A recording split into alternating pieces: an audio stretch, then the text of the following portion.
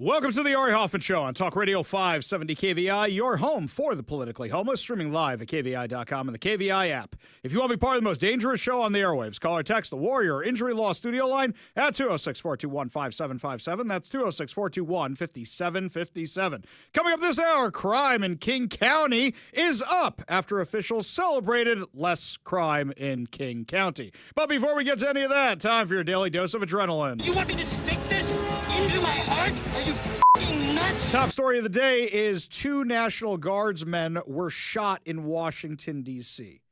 There's a lot of stuff on the interwebs, a lot of conspiracy theories, a lot of other theories on the interwebs about what the motive is. Let me give you the facts as we have them right now. There's what we know. There's what everybody is speculating about. And if there's any developments during the show, we will bring them to you as we get them when they are confirmed. FBI Director Kash Patel had a press conference just a short time ago, said the 2 West Virginia National Guardsmen were wounded. Originally, it was reported incorrectly that they were killed. They are, however, in critical condition in a D.C. hospital. Now, the governor, Patrick Morrisey, originally said they were dead, which means he probably got an incorrect report from somebody on the ground because they probably said, dude, 2 of your National Guardsmen were just killed in D.C. They were wounded. They are being treated in a hospital. That is what we have right now. They are in critical condition. Jeffrey Carroll, Executive Assistant Chief of Specialized Operations at the Metropolitan Police Department, and D.C. Mayor Muriel Bowser confirmed during a news conference the attack was targeted, noting the alleged gunman immediately opened fire at the service members. According to Fox News, the armed guardsmen were on high visibility patrols near 17th and High Street Northwest when the suspect came around a corner, raised his arm with a gun, and shot at the National Guard members. Other guardsmen in the area heard the gunshots and were able to subdue the suspect and take him into custody. The alleged gunman, who has not yet been identified, was also shot and taken into custody. That is all we know. That is literally it. Anything else you see on social media, anything else you hear, that is all that has been confirmed at this point. Until you have a motive, until you name the suspect. Everybody's going to be pointing fingers at everybody else until they actually see what happened. And if immediately this disappears from the headlines, you know what it was. And if this is all over the headlines, you know what it was too. That's what's going to happen. It's almost macabre how you see all the sides chanting that it's their narrative, hoping that it's their narrative. Can we focus on the fact that 2 National Guard members were shot on the eve of Thanksgiving? They probably had plans with their families, and now they're spending it in the hospital. Please, God, let them have a speedy, complete, and full recovery. There are some things going around the interwebs that I think bear a little attention. There is a picture circulating that has not been confirmed yet. Allegedly, it's of the suspect being loaded into an ambulance. If this is indeed the suspect, there's something odd about the picture. The person in the picture has been stripped down to almost nothing. Now, there's only a few reasons you do that with a suspect. 1, the clothing got torn off in a violent scuffle. Okay, it happens. 2, is that there was an injury and we heard the guy was shot. So when there's an injury, they cut your clothes off you so they can treat you. That's number 2. Number 3, they're checking you for drugs or narcotics. But usually they don't rip your clothes off you to check you for drugs or narcotics. 4, they're worried you have explosives on you. Now, we can make all the guesses we want about this picture, but because it's unconfirmed, I'm just going to put that information out there, and we'll see if this picture is actually the suspect or not. One thing that is odd about this picture, if it's actually the suspect, I only see 1 police officer in the picture. You would think that if it's a suspect who just shot 2 National Guard members, they'd have a phalanx of people around them unless they're doped up or something. But even so, that's why I'm not 100% certain that this is actually the suspect. It hasn't stopped everybody from pointing fingers. This is what happens on the most Friday, Wednesday ever before Thanksgiving. What are people immediately pointing fingers at? The seditious six, where you had 6 Democrats all say it's okay to disobey an order from the president if it's illegal. Remember this video? Came out late last week. I'm Senator Alyssa Slotkin. Senator Mark Kelly. Representative Chris DeLuzio. Congresswoman Maggie Goodlander. Representative Chrissy Houlihan. Congressman Jason Crow. I was a captain in the United States Navy. Former CIA officer. Former Navy. Former paratrooper and Army Ranger. Former intelligence officer. Former Air Force. We want to speak directly to members of the military and the intelligence community who take risks each day to keep Americans safe.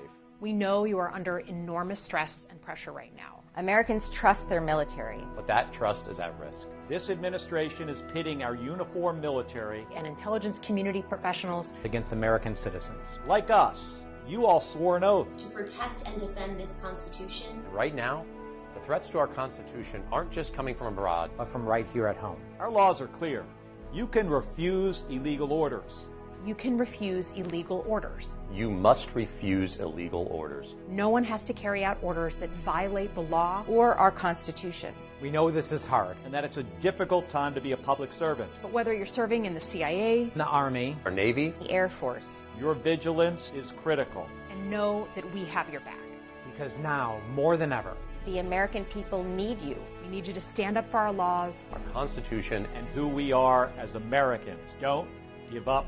Don't give up. Don't give up. Don't give up the ship.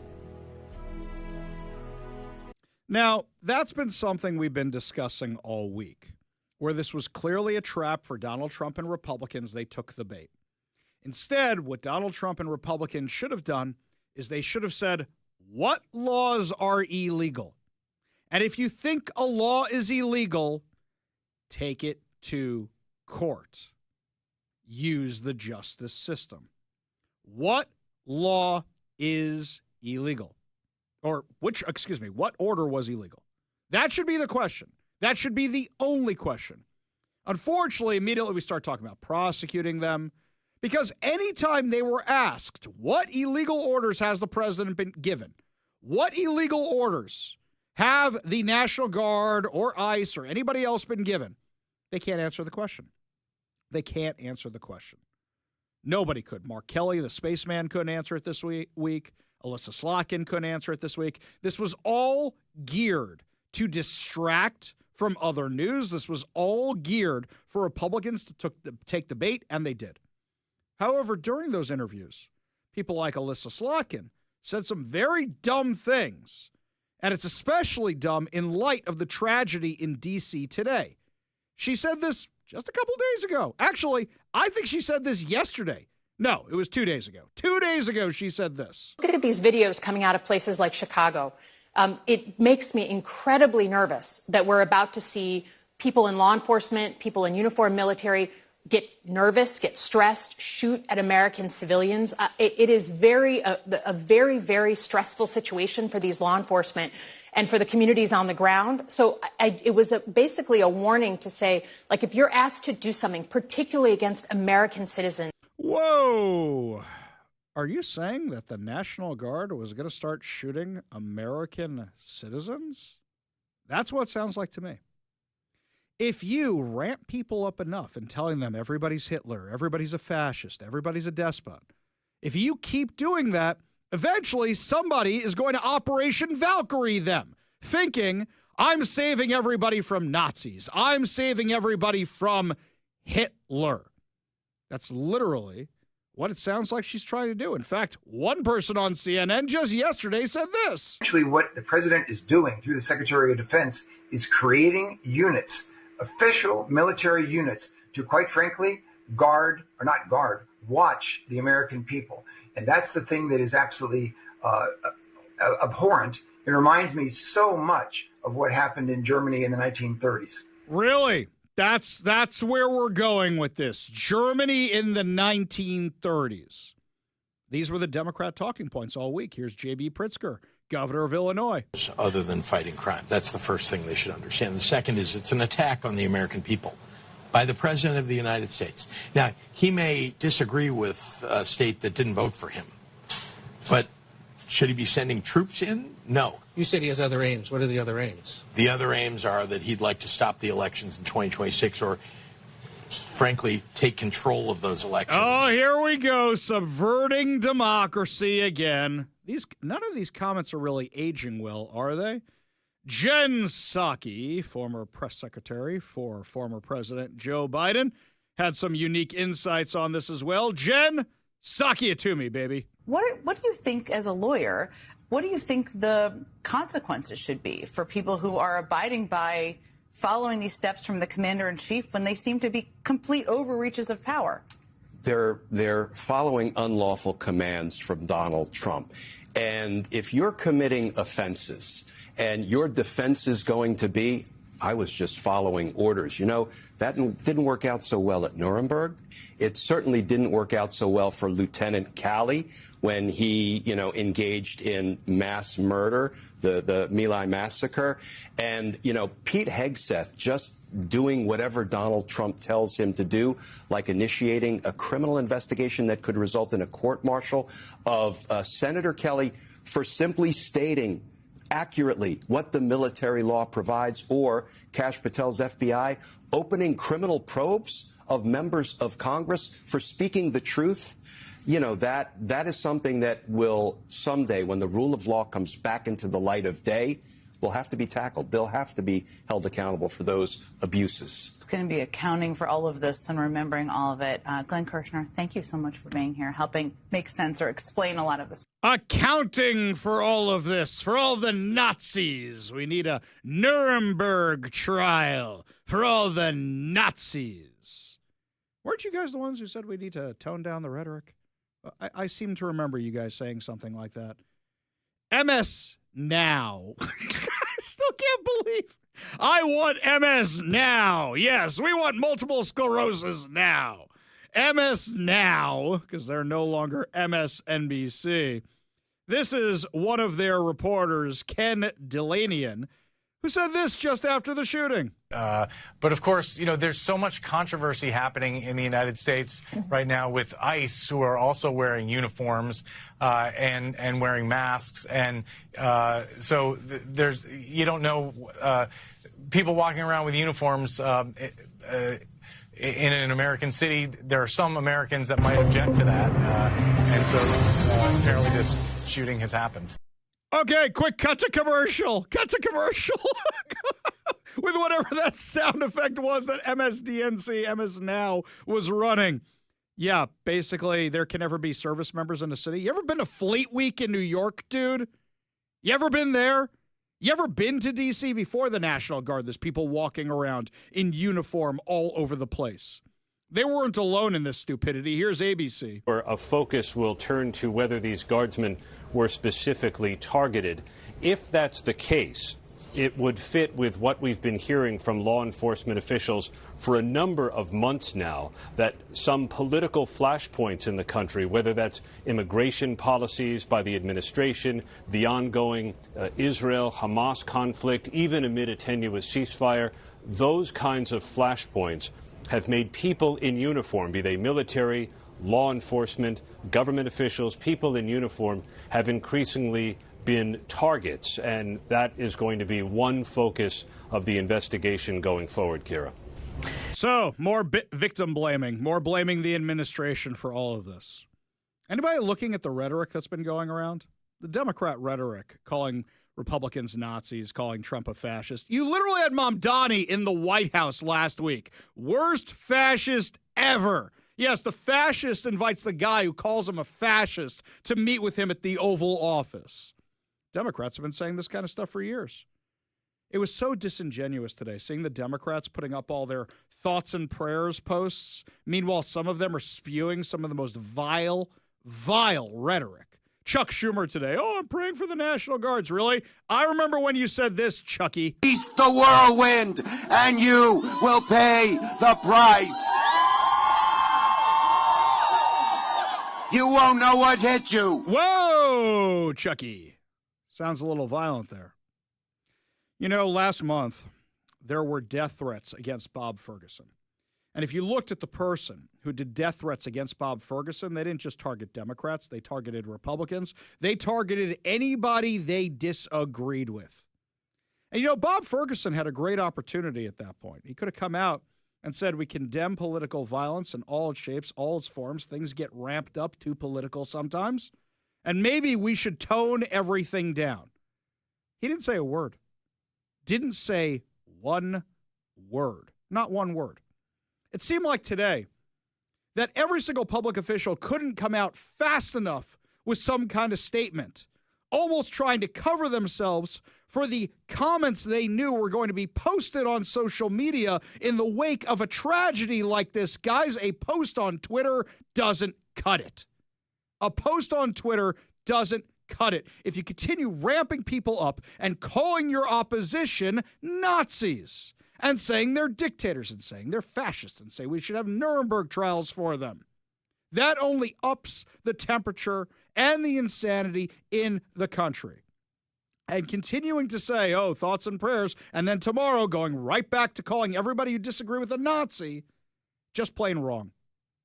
And at the end of the day, going back to what I said earlier in the show, if this picture of the suspect is accurate, then everybody might be wrong.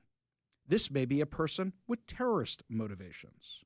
This may be a person who's mad about what's going on in the Middle East. This may be a person who just hates the U.S. This may be a person who hates the government. Who knows? But right now, everybody's speculation isn't helping at all.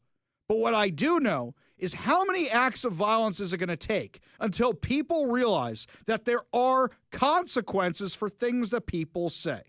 And that constantly calling the other side Nazis on a regular basis not only tees them up for something like this, but also diminishes what the Nazis actually did. Is anybody going to concentration camps right now?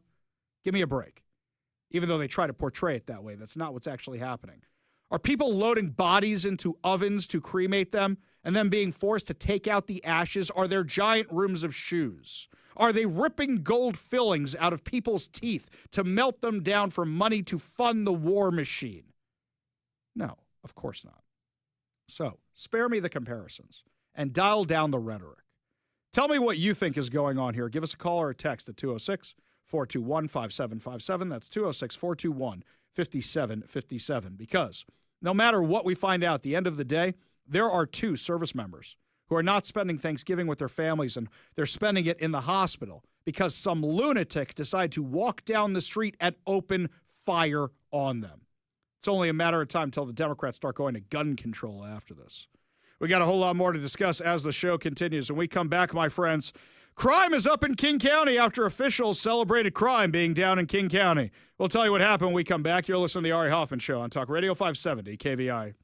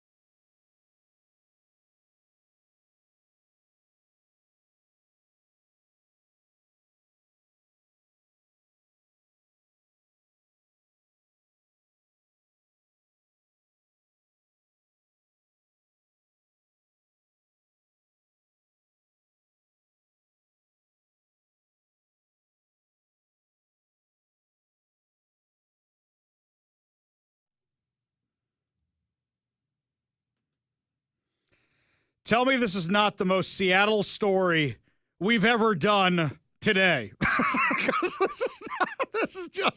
This is just routine at this point, these stories. It's always the same thing. This, according to Como News, Seattle police officers arrested a 30-year-old convicted violent felon armed with a machete. Oh, we haven't done a machete in a while. Armed with a machete during a proactive patrol in the Chinatown International District early Tuesday morning. Yes, I think we've done this exact story before, but no, this is brand new. How many guys are there with machetes? Thank you, Mike. The arrest happened at 2 a.m.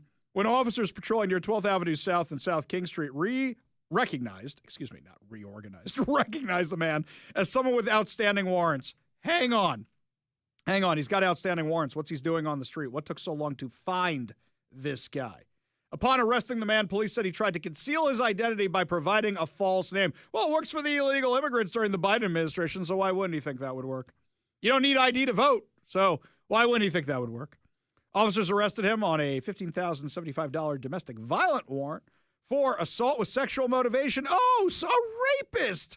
Great. Fantastic. Attempted unlawful imprisonment. Oh, who's he holding hostage? Who's he kidnapping? And interfering with the reporting of domestic violence. Oh, and trying to conceal what you did.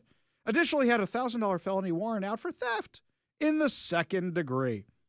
Remember when Ann Davidson first came to office and said that the majority of crime in Seattle was being done by about 100 or so prolific offenders? Let's get him off the streets. Why is it every single time there's a suspect, he's got a massive criminal history, and he's out on the street? We're going to look into which judge released this guy. Because odds are it's a judge we know. The man previously convicted of assault, intimidating a public servant, is classified as having a high violent risk level within the legal system. What's he doing out? Which public servant did he threaten? Which government official did he threaten? Police recovered the machete during the arrest and recommended additional criminal charges for unlawful use of weapons. The man was booked into King County Jail. You know what? We should tell the Democrats, ban all machetes. Ban all the machetes. Too many crimes. Ban all the machetes. Here's another one. I almost had this issue happen to myself, actually. I wonder if it's the same guy. According to Como News, a chaotic scene unfolded Tuesday evening in Seattle's Queen Anne neighborhood as a man wielding a crowbar caused thousands of dollars in damages. No, not a machete, a crowbar. Smashing several windows and randomly attacking people in a spree that left several people injured and caused significant property damage. The incident began around 5:30 p.m. when officers were dispatched to Roy Street following reports of a man running down the street breaking windows with a crowbar. As officers made their way to the scene, dispatchers updated them that the suspect had attacked two people, was heading east on West Mercer Street. Upon arrival, officers initially could not locate the suspect, proceeded to interview one of the victims. The victim said he was walking on 4th Avenue toward Mercer when he was struck in the shoulder from behind. The suspect, who remained silent, continued walking briskly. The victim managed to take photos of the suspect while questioning him about the unprovoked attack. He told officers that the force of the blow could have been fatal if it had landed on his head. Using the victim's photo, officers circulated the suspect's image among units in the area. Shortly after, another officer found and detained the suspect. The victim was brought to the scene, positively identified by the man as his attacker. The suspect was subsequently arrested and transported to the West Precinct. How long until this guy is released? Oh, it's a victimless crime. No harm, no foul, right? Right? It's just property damage, right? Court records show the suspect in this case was previously arrested in October for breaking into an Airbnb in Seattle's Cherry Hill neighborhood through an unlocked kitchen window. Records show the suspect was released on his own personal recognizance. But a bench warrant was issued just weeks later in November when he failed to appear in court. Turns out he also caused thousands of dollars in damage. Here's another good one for you. This one out in Issaquah this time. A man's attempt to embark on an unauthorized adventure at an Issaquah REI store ended with a different kind of journey through the justice system. Very good, Como News. On the afternoon of November 25th, officers respond to a shoplifting incident at the outdoor gear retailer where a man had reportedly selected a backpack and trekking poles before heading to the exit without paying. Upon arrival at the shopping center, an officer quickly identified a man matching the suspect's description. What gave it away? The backpack or the poles? There's no snow on the ground.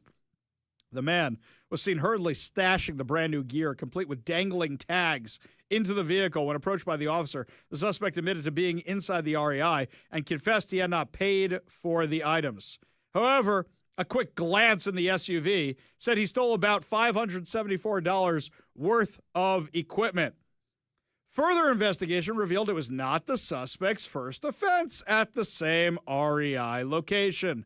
Had several outstanding warrants, including bail jumping warrant from Island County, theft warrant from Grant County, and criminal trespass warrant from Chelan County. Yes, and I love how all this is against the backdrop of King County going, hey guys, there's less crime this year. By the way, every time they do that, there's less shootings. There's a ton of shootings. There's less murders. There's a ton of murders. There's less crime. Every time they do that, the next day, crime. Because no matter how you guys try to sugarcoat it, we got serious problems here in King County, serious problems here in Seattle. Oh, crazy stuff. We go to the Warrior Injury Law text line. Got a good one here from Jeff and Kent. I was talking about MSNBC before, how they've now renamed themselves MS Now. He says, no, it's M Snow. Which I don't know why that gets me. M Snow, I like that. Larry in Magnolia says, Ari, Space Cowboy might also work for a name for Mark Kelly. I don't know. That makes him sound kind of badass. I don't want to make him sound cool. And the Steve Miller Band has a song for him. Yeah, I don't know about that one. So does NSYNC. Yeah, it makes him sound cooler than he actually is. This one here from the 425 from the other Mike in Everett. Hey, Ari, in light of what happened with the shooting of the 2 National Guard troops in D.C., I think whenever a Democrat states we need to bring down the temperature, everybody should tell them to shove it where the sun don't shine till they take a good, hard look in the mirror. Yeah, I think you're 100% right. I think you're 100% right. Here's the other thing. John in Lakewood says, sounds like a third world country because the people there love machetes. They're stolen from Home Depot and Lowe's every single day. Yeah, wouldn't surprise me, by the way. We go to the Warrior Injury Law studio line. Take a call from Ted in Gig Harbor. Ted, what's going on, man? Well, I'm locking up my steak knives, Yeah, England, Yeah. They're banning anything sharper than a ruler. But on the Hitler comparison, I'm so sick of it. That's one of the most best documented periods of history that you will find, okay? And everybody knows about, or they should know about, the atrocities. What they don't know is the boring stuff. How did the guy get in power? And it turns out that it had nothing, in no way did it bear any resemblance to how we elect people here. In 1932, the Germans, those poor people, had 3 major parliamentary elections thanks to Hitler's shenanigans and working with von Hindenburg. All this is in a book by William L. Shire called The Rise and Fall of the Third Reich. Well, also, don't forget he wrote this. some others. You also had radical leftist socialists. Remember what the party's actually called, right? But they don't want to talk about that, and they don't want to talk about it was mostly led by students. They don't want to talk about a lot of that. We want to talk about the blood flag. We want to talk about why he was in jail. We want to talk about Mein Kampf. People just don't study history at all. Ted, appreciate the call. They don't care. No, they don't care at all. They don't care at all. Appreciate the call. Appreciate you being part of the show. Yes. Happy Thanksgiving, man, to you and yours. We got a whole lot more to discuss as the show continues. More of your calls, more of your texts, plus the latest on the D.C. shooting and the fallout. Some more information coming our way. We'll give it to you when we come back. You're listening to the Ari Hoffman Show on Talk Radio 570 KVI.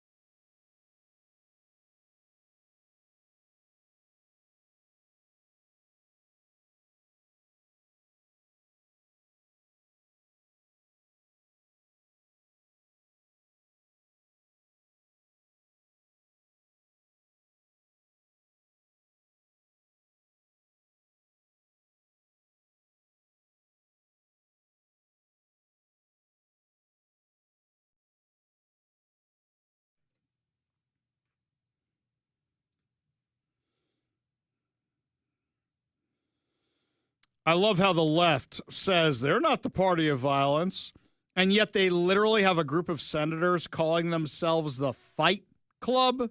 The Fight Club, based on the movie that came out in 1999 with Brad Pitt and Edward Norton. You're the Fight Club now. So you guys go around doing violent shenanigans, violent pranks? Or what are we talking about here? You have a basement fight club? Is that what we're talking about? Nowhere near as cool, because they just try and use cool names and make them uncool. According to the New York Times, a group of influential liberal senators is directly challenging Senator Chuck Schumer's approach to the midterm elections and President Trump, in another sign of growing frustration among Democrats toward the minority leader. The coalition of at least half a dozen senators who call themselves the Fight Club is unhappy with how Mr. Schumer and his fellow senator from New York, Kristen Gillibrand, the head of the Senate Democrats' campaign arm, have chosen, recruited, and they argue, favored candidates aligned with the establishment. The mutinous mood of the senators, who include Chris Van Hollen of Maryland, Tina Smith of Minnesota, Chris Murphy of Connecticut, Bernie Sanders of Vermont, and Elizabeth Warren of Massachusetts. Yes, Elizabeth Warren's going to let out a war cry as she does this and put on some face paint, reflects the widespread doubts among the Democratic base that the party's leaders in Congress have strong vision and a winning strategy for returning to power. Do you realize what this is here? These are the senators who are trying to represent the left flank. That's what they're trying to do. And they're trying to say, embrace socialism. Don't make any compromises. No deals, no compromises, only socialism. We're going to be the Fight Club. Okay. Brad Pitt, Edward Norton, very cool in that movie. Great movie, fun movie. Even Bob, Meatloaf, very fun. Very fun in that movie. Do you think of Bernie Sanders as cool? Do you think of Elizabeth Warren as badass? How about, what's his face, Chris Van Hollen, the guy who went down to hang out with Kilmar Abreu Garcia, have the margaritas with him? Yeah, these are not the people you want on your side for the Fight Club. But they see the writing on the wall. Look, Bernie Sanders has always been a useless socialist communist. There's no difference there. But Elizabeth Warren and the rest, they're just trying to hold on to power. Let's embrace not just the left, but the far, far, far left. That's what they're doing. You know what else they have their eye on? Ranked choice voting. Ranked choice voting, in my opinion, is the culmination of years of participation trophies. When your team loses a championship, they don't win anything. They get nothing. I make fun of this with every team, including my own Mets. It used to be you got a champagne shower in the locker room when you won, maybe when you won the league, but definitely when you won the World Series. Now it's, we made the wild card. Break out the beer. Break out the champagne.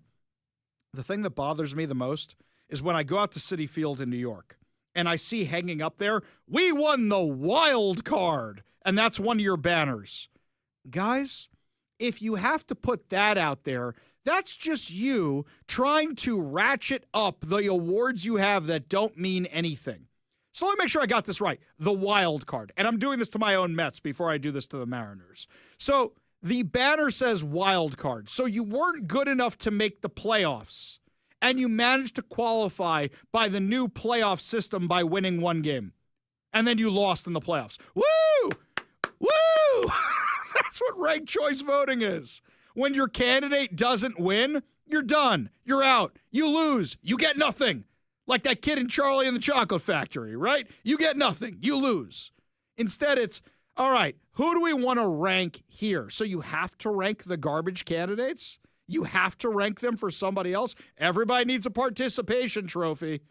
Absolute garbage. That's what ranked choice voting is, but this is what they're pushing.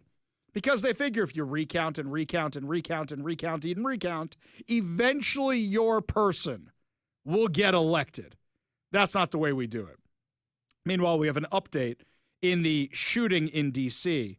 Secretary of War Pete Hegseth came out during a press conference, and they asked him, does this mean you're going to ramp down the amount of National Guard troops we have out there?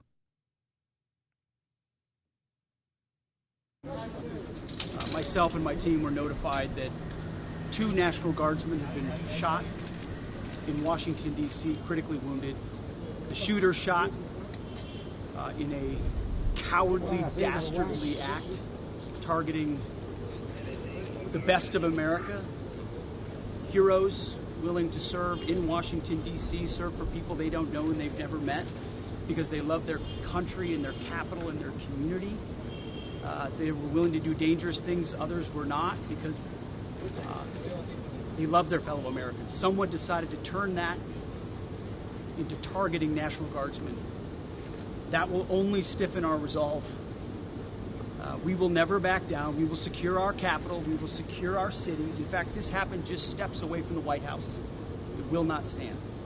And that's why President Trump has asked me, and I will ask the Secretary of the Army to the National Guard, to add 500 additional troops, National Guardsmen, to Washington, D.C. This will only stiffen our resolve to ensure that we make Washington, D.C. safe and beautiful. The drop in crime has been historic.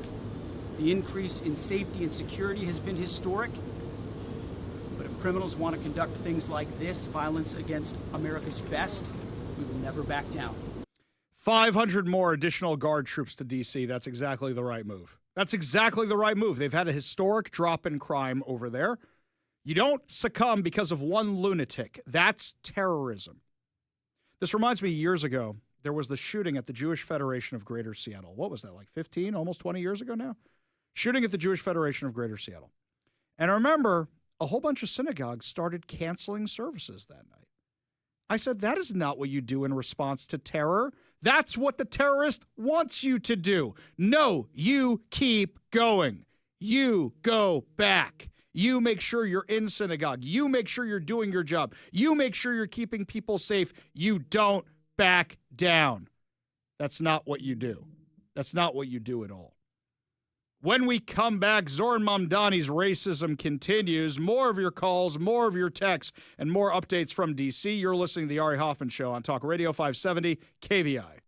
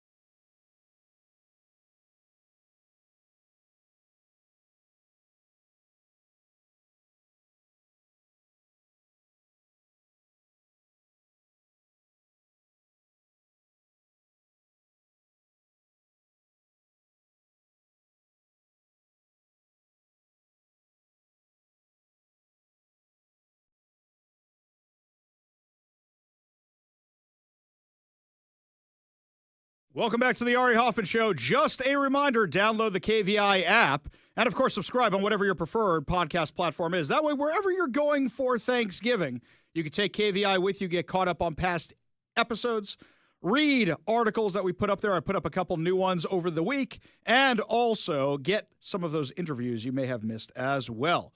Over on the Warrior Injury Law text line, longtime listener from the 360 says, happy Thanksgiving to everybody at KVI. Thank you. Happy Thanksgiving to you as well. This one from Matt Gilbert. He knew where I was going with that wild card conversation. The Mariners have a wild card banner. Hashtag so dumb. Yes, I completely agree, which is why I bashed my own team. I figure the Mariners, after the season they had, they get a little break from the Ari bashing until next year where it's the 50th year of rebuilding. But, yeah, the wild card banners are so dumb. I understand now we have the division system, and then it's the league. It used to be you won the pennant, then you win the World Series. That's the way it goes. These wild card banners, stupid. You know the other one that bothers me for the Mariners specifically? If you look up in the rafters, they have the one that says, what was it, 116 wins or 118 wins that season?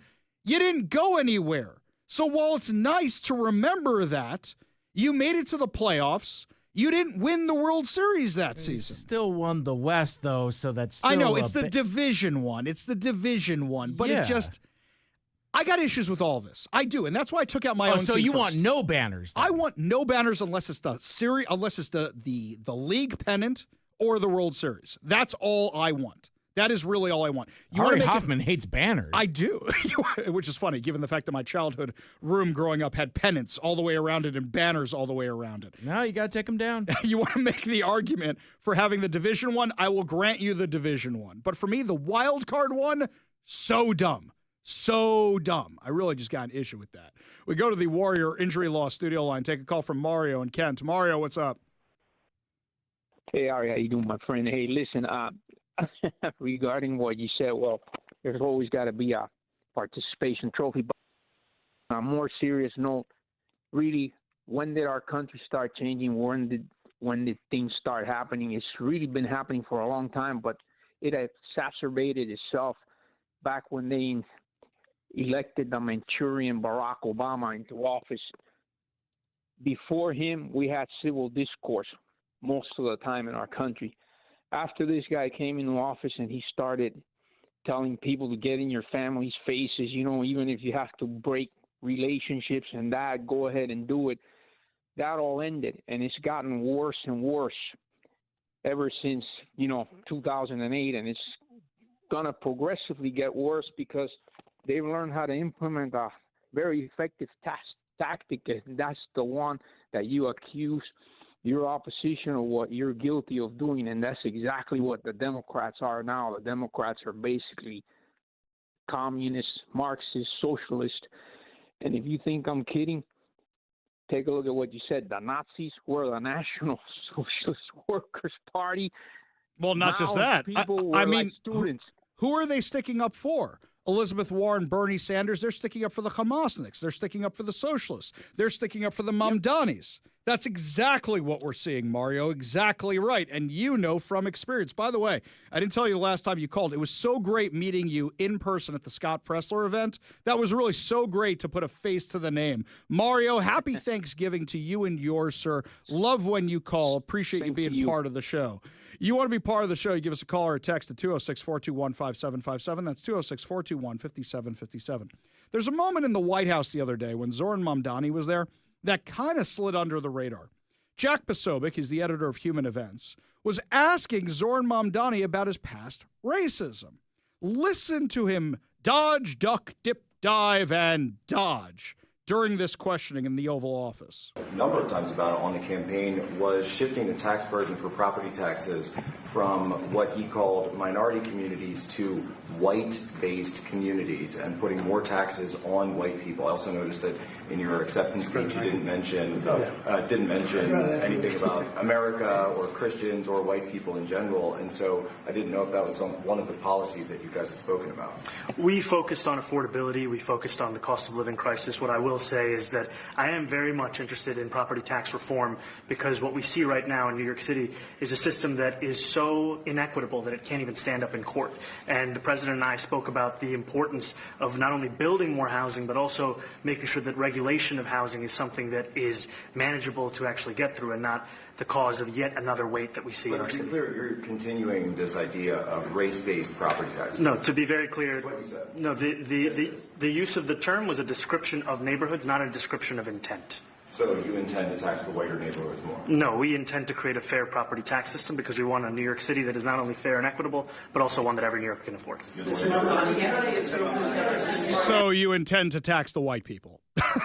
You said it, dude. You're literally the one who said it. He's not putting words in your mouth. That's literally what you said. That is racism.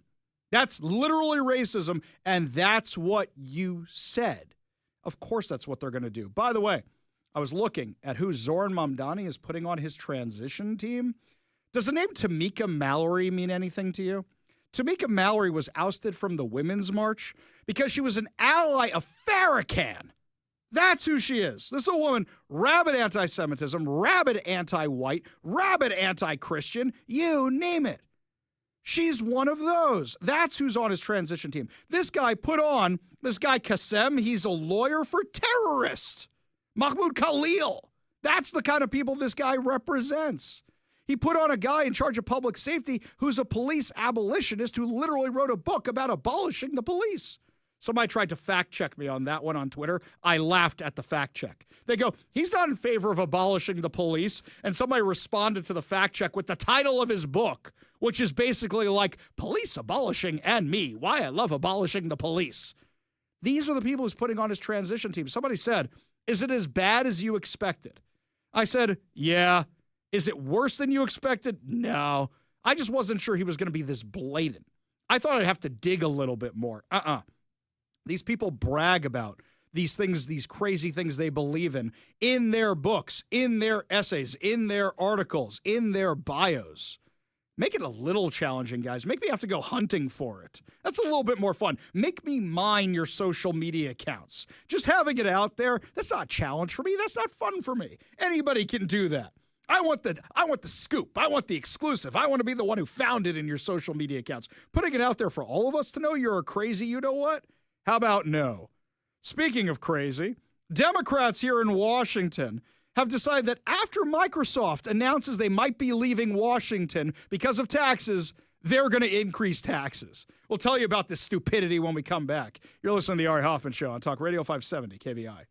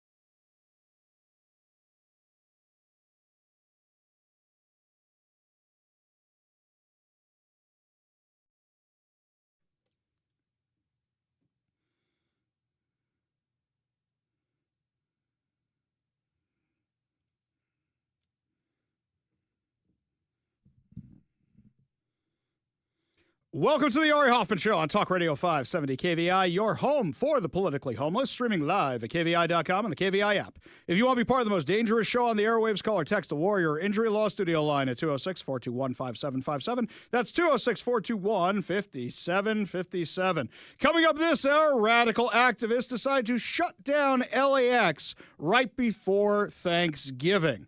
Man, no love for the holidays whatsoever. But before we get to any of that, got some breaking news out of D.C. right now. Talk Radio 570 KVI. Breaking news on the Ari Hoffman Show. Well, I don't like being right, but I do like being right, but this is a horrible way to be right. According to NBC, the FBI will initially investigate the shooting as a possible act of terrorism, according to two senior U.S. law enforcement officials. The officials said the suspect, who is alleged to have used a handgun, has been initially identified as an Afghan national. Law enforcement officials are still trying to confirm all of the person's details. A motive has not been determined, and the nature of the investigation could change. An Afghan national. Somebody who came here legally, somebody who came here illegally, somebody who was holding on to the side of an airplane in Afghanistan during Joe Biden's disastrous withdrawal, somebody who was brought here as a refugee, Afghan national. That means not U.S. citizen. Are they here legally? Are they here illegally? Another update from NBC News. Both Guard members were shot in the head, according to a U.S. official. And a senior official directly briefed on the investigation. Why would they be targeting National Guard members, I wonder? That's a real head-scratcher right there. We're going to wait for confirmation. There's a picture floating around the interwebs of a face of this person. I'm not sure if it's the same person we see being loaded on that stretcher. Still, they haven't confirmed that, but all signs are kind of leading that direction. There's a few pictures floating around the internet. All we know right now, the two National Guardsmen are currently undergoing surgery, and the prognosis is not great right now. So really, you had J.D. Vance calling on everybody to pray, and that's what we should all be doing right now. If this was an Afghan national who's in the country illegally, how bad that's going to be. Just consider that for a second. Switching gears back to what's happening here while we monitor the situation in D.C. As layoffs continue throughout the Seattle area tech sector, one of Washington's largest employers is sounding the alarm on the state's aggressive push for even higher taxes, and warning that the policies of Democrats led by Governor Bob Ferguson could drive the jobs out of the region entirely.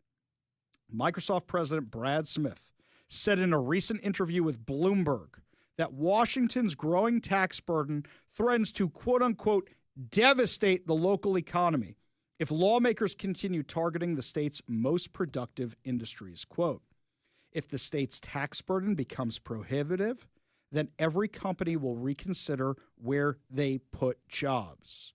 It's more like air leaking out of a balloon than the balloon popping. This is exactly what I said. They're going to leave through attrition. This is exactly what I said. This is exactly what Amazon did to Seattle and what they are now doing to Washington State. By the way, where's the Seattle Times been in all this? How is it we can read the tea leaves? Microsoft can tell you literally what's happening, and the Seattle Times, our paper of record, is silent. These companies are in it for the profit.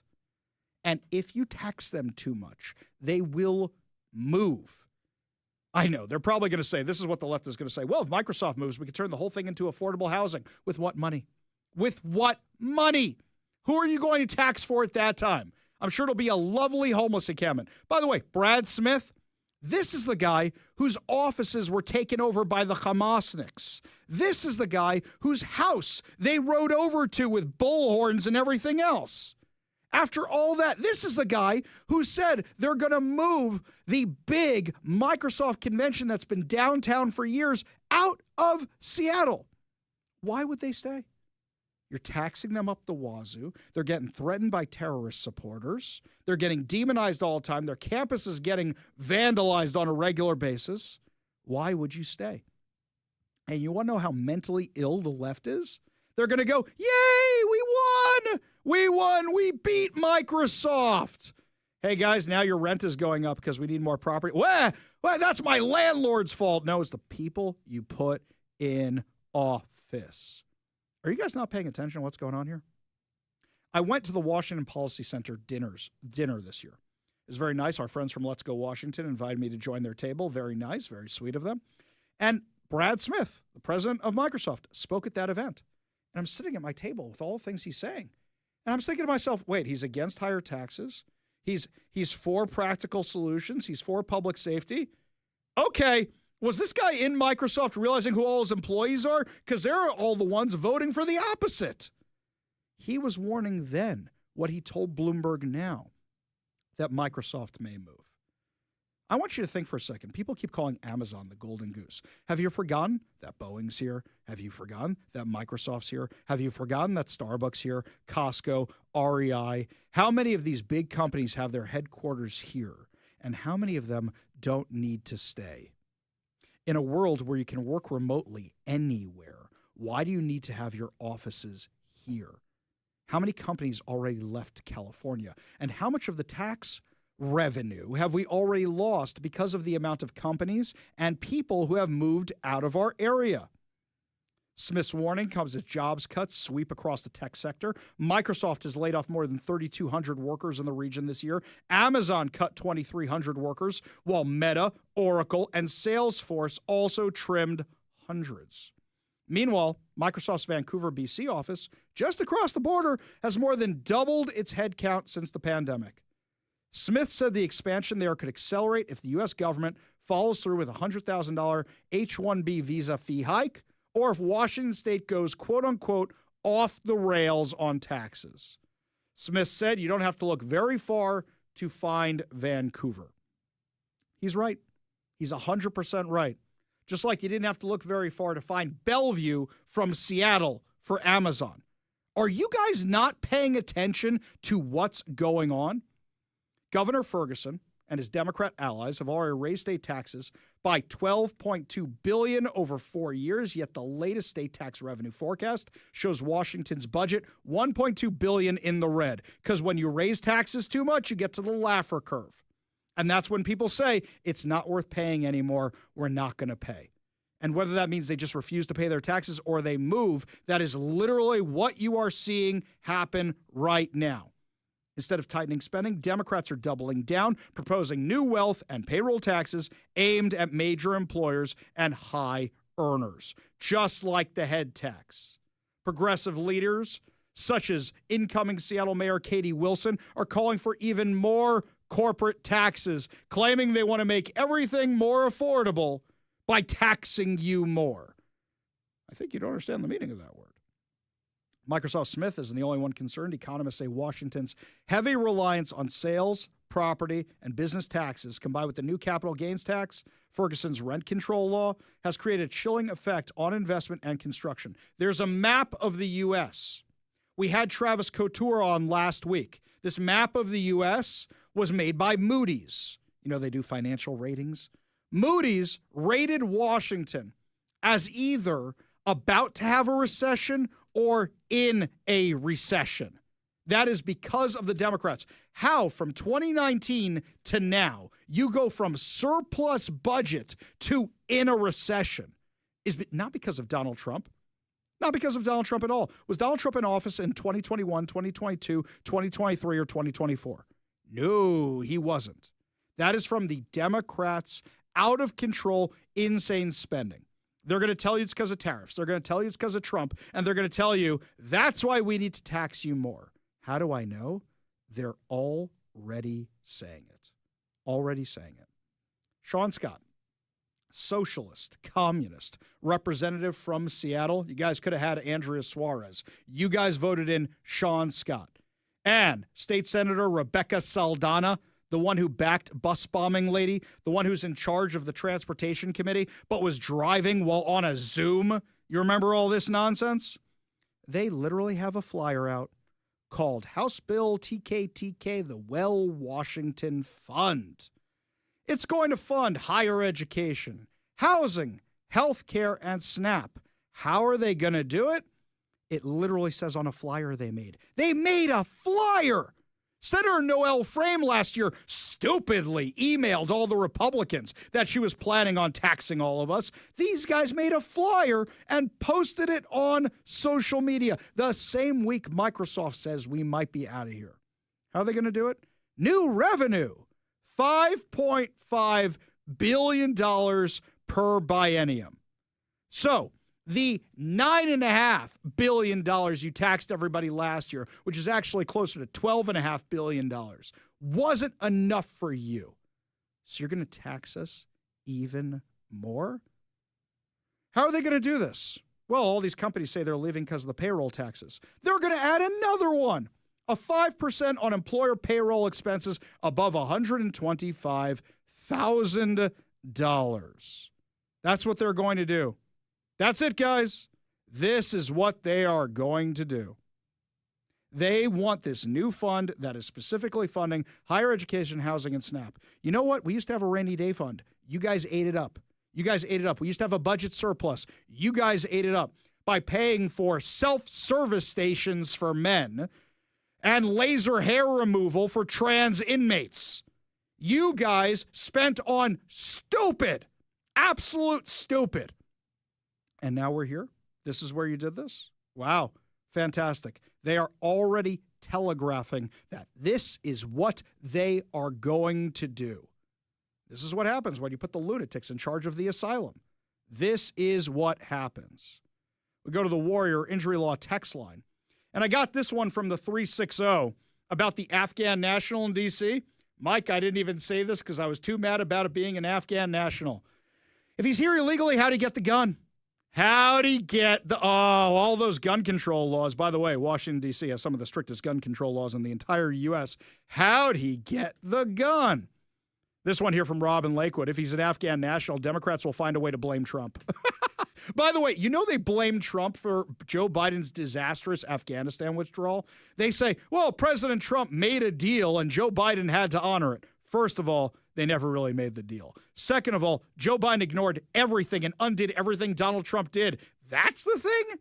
That's the thing he decided to follow through on? No, my friends. That was a campaign promise of Joe Biden's. An absolute campaign promise. Just Bob says, Ari, the region is certainly evolving. Usually the season of bricks and concrete overpass hurling and the Northwest machete days are harbingers of a spring in the Puget Sound urban metropolis to celebrate the recent electoral declaration of open socialist paradise. Both sporting activities will apparently now be pursued year-round.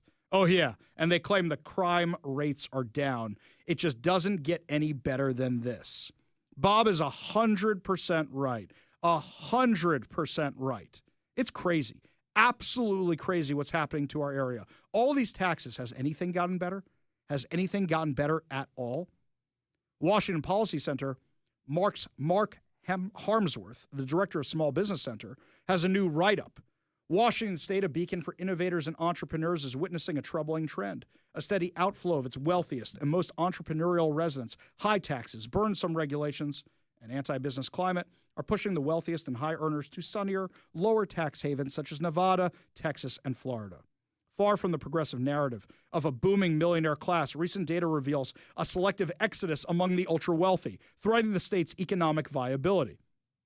Consider the numbers. A 2024 Smart Asset Study analyzing IRS migration data found Washington lost a net 222 high-earning millennial households, incomes over $200,000 between 2021 and 2022, the eighth highest loss nationwide. By mid-2025, a follow-up report showed wealthy Gen Zers fleeing even faster, with Washington second only to Illinois in net outflows of affluent young professionals.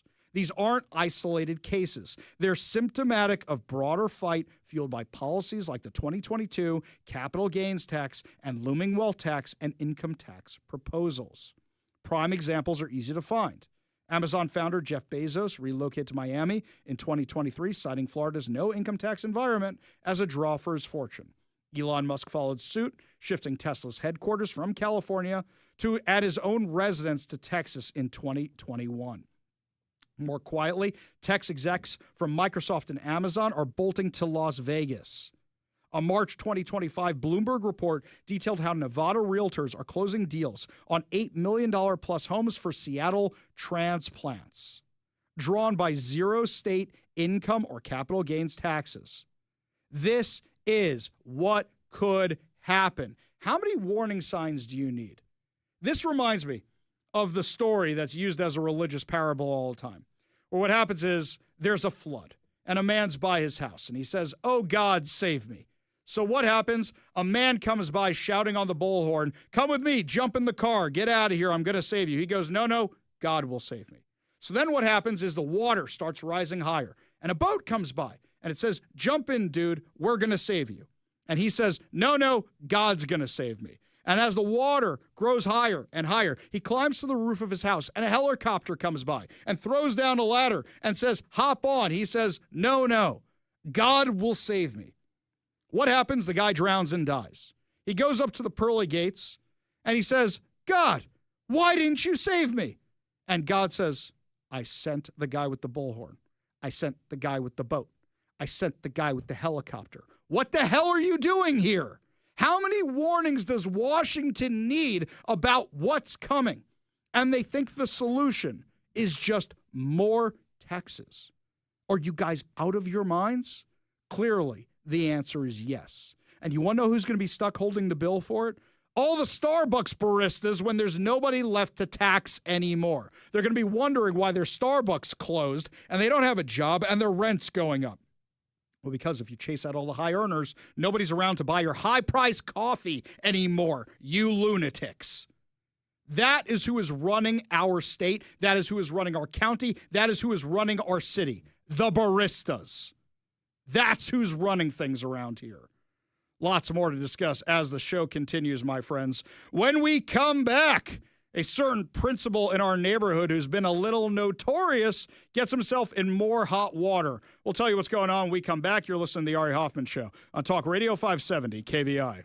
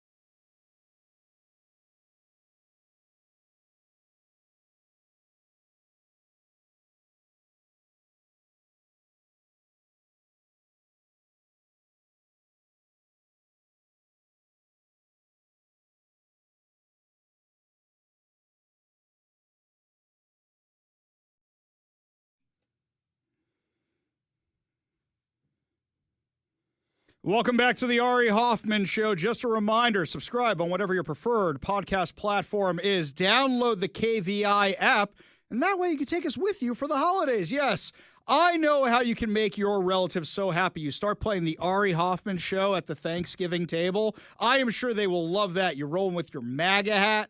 It'll be absolutely great. But look at the bright side. You'll have less Christmas presents to buy this year. Exactly right. Got some breaking news for you right now on what's going on in D.C., my friends. Talk Radio 570 KVI. Breaking news on the Ari Hoffman Show. There are reports circulating right now. These have not been confirmed by the major news agencies, but they are circulating by accounts that I trust on social media, that the suspects, allegedly, the suspect is named Ramaluna Lanakwal. He's 29, an Afghani national, and entered the country in 2021 under the Biden administration and allegedly screamed Allahu Akbar during the attack. I knew it as soon as I saw that picture. As soon as I saw that picture. How'd he get the gun? How'd he get the gun? Why didn't the gun laws stop him? How'd he get in the country? Wait a second. If he entered in 2021, Mike, does that mean he crossed the border? Or does that mean we brought him here on an airplane? Does that mean we brought this guy into the country? Or does that mean he came here by illegally crossing the border? He's an Afghani national. We know that for sure. His name has not been confirmed yet. His age has not been confirmed yet. The fact that he was yelling Allahu Akbar has not been confirmed yet. However, it seems like I was right when I saw that picture and said, why would you strip a guy naked?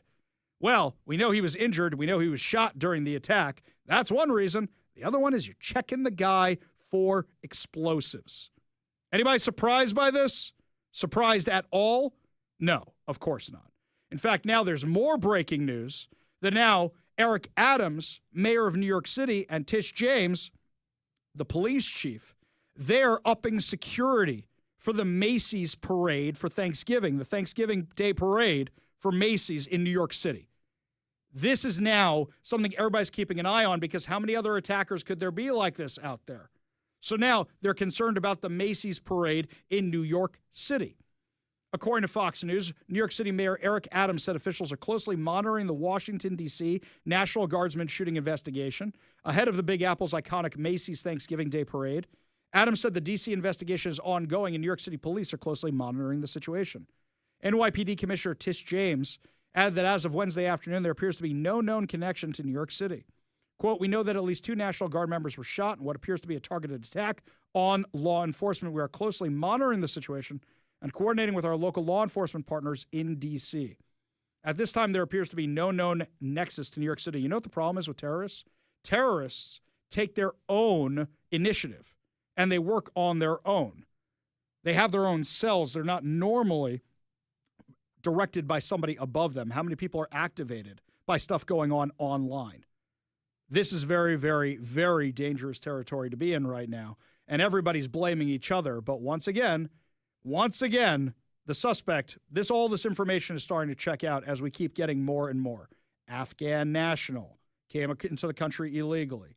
More and more information we're getting from this. We will keep you updated the more information we get out of what's going on in Washington, D.C., but this seems to be a giant I told you so. Looks like that's what's developing. Well, Ari, I was just taking a look over here at CNN, of all things. You know, part of my sourcing is finding untraditional sources for us. And of one of the many things that they mention about what we know so far, of note, the FBI believes it has identified the suspect. Multiple law enforcement officials briefed on the matter tell CNN the initial identification matches a man from Washington State who appears to have emigrated from Afghanistan in August of 2021. So, Mike, you know what that might mean? Think about this for a second. The planes that were flying out of Afghanistan were from the squadron based at Fort Lewis. Yeah, that's kind of what I was thinking also. In addition to that, remember Dow Constantine using the homeless shelters, not for the homeless, but for the Afghani refugees? Do you remember all that insanity? I remember it like it was yesterday because we had enough problems with the homeless, and now we're talking about importing the refugees that we didn't verify who any of them are. If this guy, this name that we have is accurate, which it seems like it is at this point, did we fly him here to this country? Was he an ally of ours? Was he somebody just stowed away on the plane? Or was it somebody who came across a border knowing how porous the border was here in Washington state? As secure as the border is down south, they're still having issues securing the northern border. Mike, can you send me a link to that CNN thing right there? Yeah, I was actually just working on it. Thank you. I'll have that to you in a momentarily. CNN, not in our little black book of the right-wing media conspiracy, is saying he was living in Washington. Mike, how long until it's Washington man? Not Afghan man. It's going to be Washington man opens fire on national. Of course. Of course. It all makes sense right now. Is anybody surprised by any of this? You know what's even scarier, Mike? We used in the last segment, I used the analogy of the guy who drowned and they sent the boat and they sent the helicopter. How many warnings were there? Do you remember during the entire Biden administration, I came on air in February of 2021, Mike? So that's the beginning of Joe Biden's reign of terror. And what did I say the whole time? You have no idea who you're bringing into this country. You could be bringing murderers. You could be bringing rapists. Worse yet, you could be bringing terrorists. And so few people were willing to even hear the word terrorist, even after October 7th, didn't want to hear the word terrorist at all. This is absolutely bonkers crazy. I don't know why anybody's surprised at this point. Screaming and yelling Allahu Akbar, nobody should be surprised by this. Let's see what else CNN has over here. Mike, thank you for sending this on over here. So, targeted shooting. What else do you think it was? What else do you think it was? In fact, there's video circulating right now showing that it wasn't just law enforcement jumping on the guy. It was also citizens jumping on the guy. Good on them. Good on them. They could have had another Daniel Penny situation. And what do you want to bet? The ACLU goes after them. What do you want to bet? If this guy who's all stripped down naked, by the way, why would you be stripped down naked? Either you got shot or they're checking you for explosives. What's the likelihood they're checking you for explosives if you're an Afghan national who's a terrorist, who's in this country illegally? Yeah. There's a lot more to this story. I can't wait for the headlines now coming out of the ACLU. It's like, MAGA extremists tackle sweet, chirrup-faced Washington man. That's exactly what it's going. Oh, he had a family. He was a Boy Scout troop leader. He was a basketball coach in Afghanistan. He was just trying to help the Trump administration in Afghanistan. Right? That's what it's going to be. And then Bob Ferguson is going to come out. And Bob Ferguson, the Democrats are going to say, this shooting never would have happened if not for Donald Trump. If not for Donald Trump. Oh, my God, the gifts that keep on giving. Okay, Mike, let's do predictions right now. This is for everybody over on the text line. Let's do predictions right now. Are we going to find out he was a resident of Dow Constantine's shelter for Afghani refugees, yes or no? Are we going to find out he was flown in by the squadron at JBLM that Joe Biden ordered to take all those people out of Afghanistan during the disastrous withdrawal? Yes or no? Give us a call or a text, 206-421-5757. That's 206-421-5757. More updates on this story and a whole lot more when we come back on this Thanksgiving Eve, which turned into a very busy news day. You're listening to the Ari Hoffman Show on Talk Radio 570 KVI.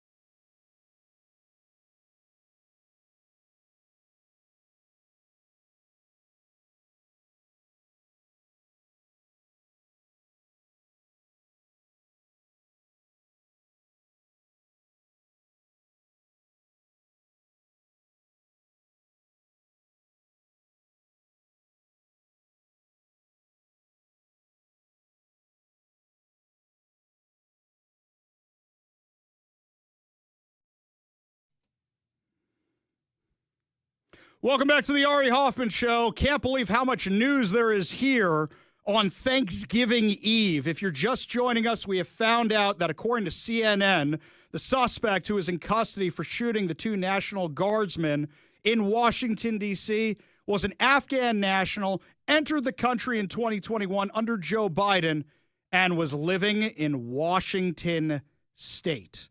Was he living in one of Dow Constantine's homeless hotels?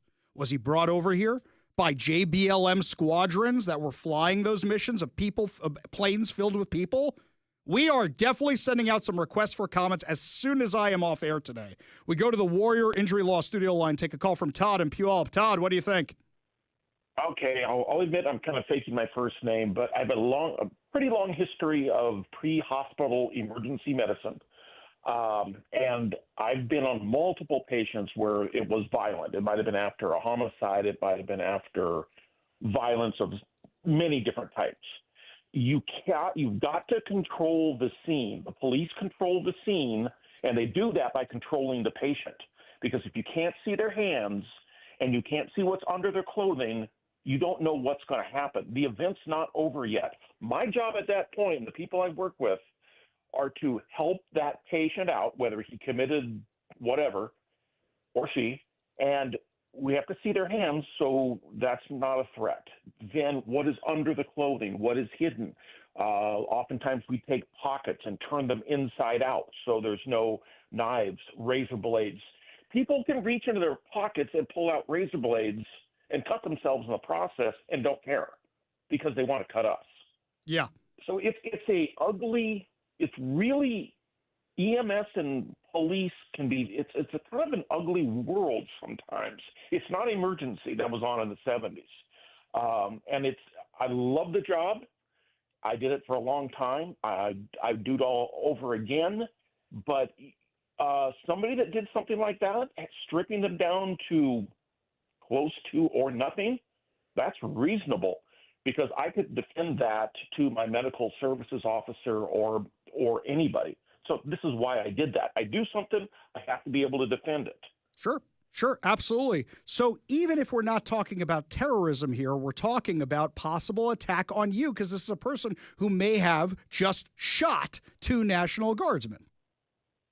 Absolutely. I could be their next target. They had a gun. What says they don't have 2? Yeah. You don't know. Right. They came there to hurt people. You also don't know if they're uniform on. Right. You don't know if they're wired up. By the way, uniform. Great point, by the way. We are not fighting an army that wears uniforms on the battlefield. Perfect example. And Todd, I'm sure I don't have to tell you this. Perfect example is what happens with Hamas. When do they put their uniforms on? When they run out for the hostage releases, right? And they want a peacock. The rest of the time, they're hiding among the civilians, right? The chicken way to hide. There's no bravery there. No. They go do it the sneaky way. And it's the same thing with what happened in Israel several years ago. They snuck in. Yeah. They did. It's low. It's no, was it Marquis de Queensberry rules? Those are long, long gone. Yeah, exactly. Todd, great points. Appreciate you being part of the show. Happy Thanksgiving to you and yours. Really appreciate you listening on this holiday eve. Always a pleasure, man.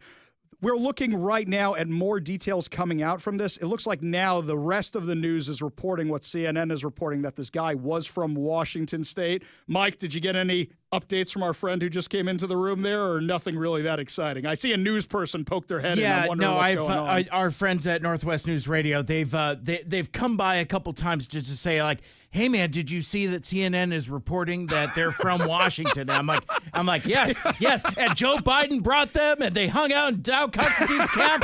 Yes, we have that and we are running with it. Thank you so much for being our friends. We appreciate it. Yeah. It seems like this is something that's about to get crazier. Mike, remind me after the show. You don't have to email me because I probably will not forget this one. We need to reach out to ICE. We need to reach out to the FBI. We need to reach out to all our friends in government because I want to know exactly what happened here. And what I found out with our friends in government, if we give them a little bit more information, they usually get more information. So if we say, hey, by the way, this was happening here in Washington State, they usually give us a little more to run on. I am so mad right now because this is something we knew was going to happen. We knew this was going to happen. Okay, here we go. Fox News is now reporting that the shooter is an illegal alien who was here on a visa during the Biden administration. That does not clear up if he was brought over here on the planes or not. They did issue some of them visas. We don't know the full details of this yet. Were they living in one of Dow Constantine's homeless hotels? The sheer incompetence of this is completely mind-blowing. From the other Mike and Everett to your two questions. I hope the answer to both is no. That was whether or not they got brought over here by the planes at JBLM and whether they were living in a Dow Constantine homeless hotel. But knowing how incompetent our government is, I would not be surprised if the answer to both your questions is yes. Yeah, I hate being right, Mike. These are days where I hate being right. This one here from John in Lakewood. Any accountability or arrest of Dems for aiding and abetting terrorism? Of course not. Larry in Magnolia has a little bit of a sense of humor today. He says, Ari, we pants jihadis. Yeah, and there's a reason for it. Melon Roy says yes to all the above. John in Lakewood, yes to all of the above. Yeah, this is exactly what it is. Exactly what it is. Here's something else. We don't know the identity of the soldiers yet, of the guardsmen. Are they men? Are they women? We don't know the details on that yet. They haven't released any of that. But an illegal alien who is living here in Washington, is anybody surprised by this? I am so mad right now. We saw this coming a mile away. A mile away. I'm so furious. I'm so mad. I'm almost at a loss for words, and I'm a radio show host. I never get this jacked up about something like this. This was avoidable. This was completely avoidable. Guys, I'll say something else here. Is anybody surprised by this? And do you think Democrats are finally going to wise up after this? Do you think they're finally going to wise up and acknowledge their mistakes? Here's another question. How many Afghans are still living here in Washington that could have the same tendencies? They're going to try and say, he was a family man. He was a Boy Scout leader. Yeah, tell me about the rest of his family. Do you remember that Dzhokhar Tsarnaev and his brother, the two who blew up the Boston Marathon, they were brought here as refugees too. What's our vetting system like right now? Oh, I'm so furious. I'm so furious. I need a few seconds to cool off. We're going to take a quick break. When we come back, more insanity out of the left coast, more updates from Washington, D.C., as the news is now flooding in. You're listening to the Ari Hoffman Show on Talk Radio 570 KVI.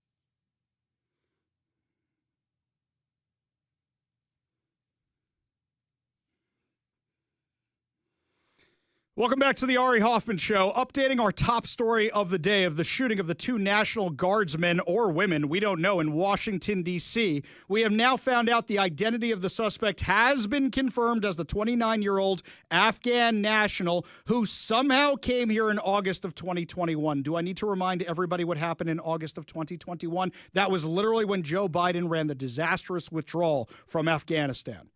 Do you remember the planes were from JBLM? The squadron was based in JBLM. Do you remember that King County, Dow Constantine, was housing Afghan refugees in the homeless hotels he bought with your taxpayer money? This guy was from Afghanistan. He was living in Washington State. That means Bob Ferguson, Jay Inslee, Dow Constantine, all of them had a hand in this. We need to know more.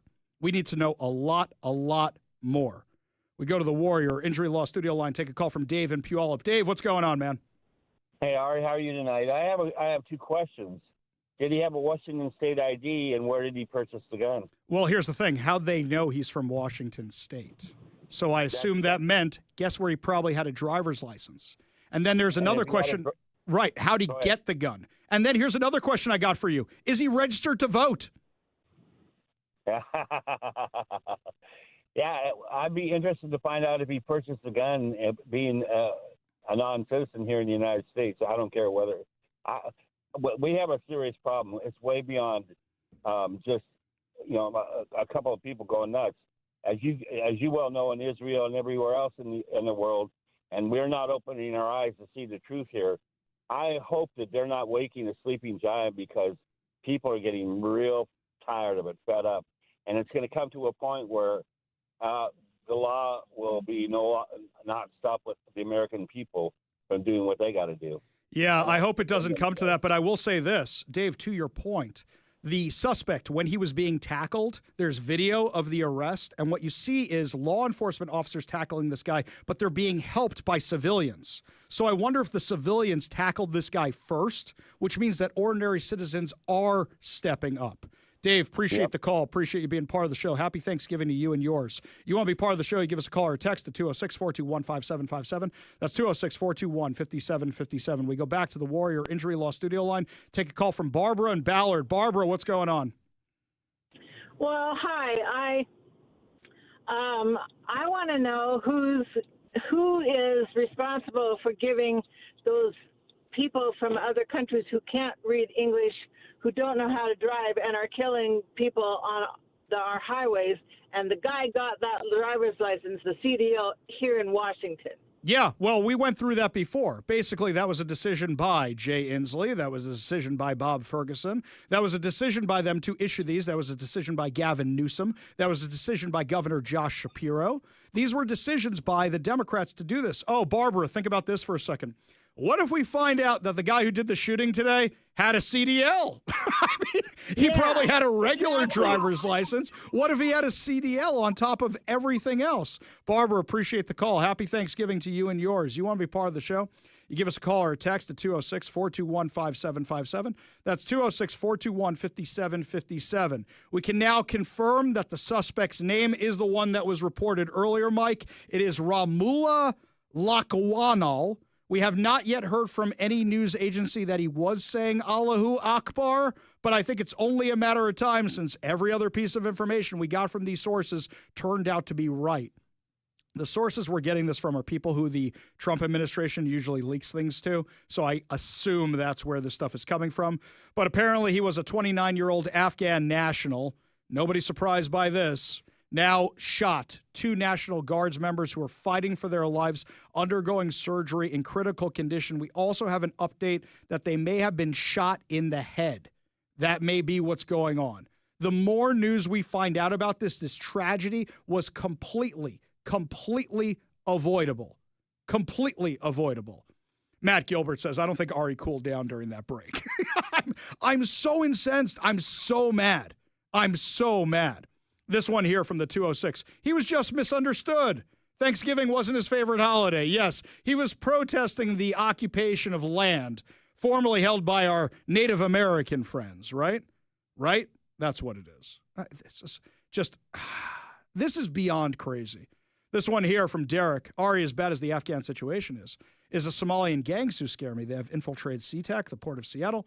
They are gaining political power, raiding social networks. Minnesota is a case in point. King County is right on its heels, all landed on us by Obama.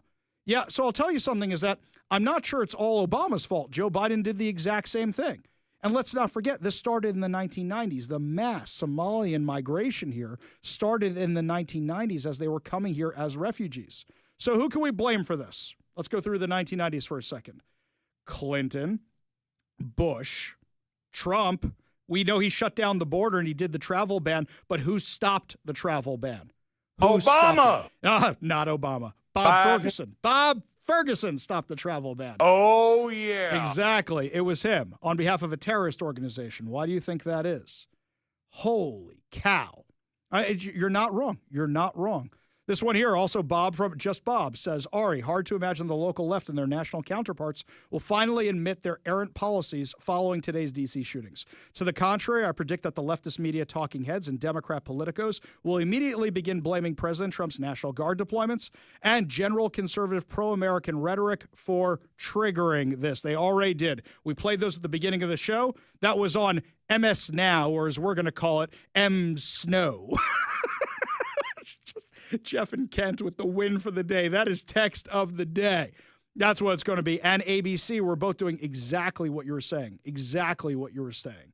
Yeah, this one here from John in Lakewood. No, he was an Afghan-American Washington State family man. Exactly right. Exactly right. Here's another question. What if he flew to D.C.? How'd he get on the plane? How'd he get on the plane? Did he have an enhanced driver's license? You need an enhanced license to get on airplanes these days. Did he have one of those, and was it issued by Washington State? Holy cow. I can't believe. I'm not shocked by any of this, and yet I'm shocked at the same time. When we come back, my friends, more local news plus updates on the deadly, we don't know if it's deadly yet. Let me not say that. Updates on the shooting in Washington, D.C., plus so much more. You're listening to The Ari Hoffman Show on Talk Radio 570 KVI.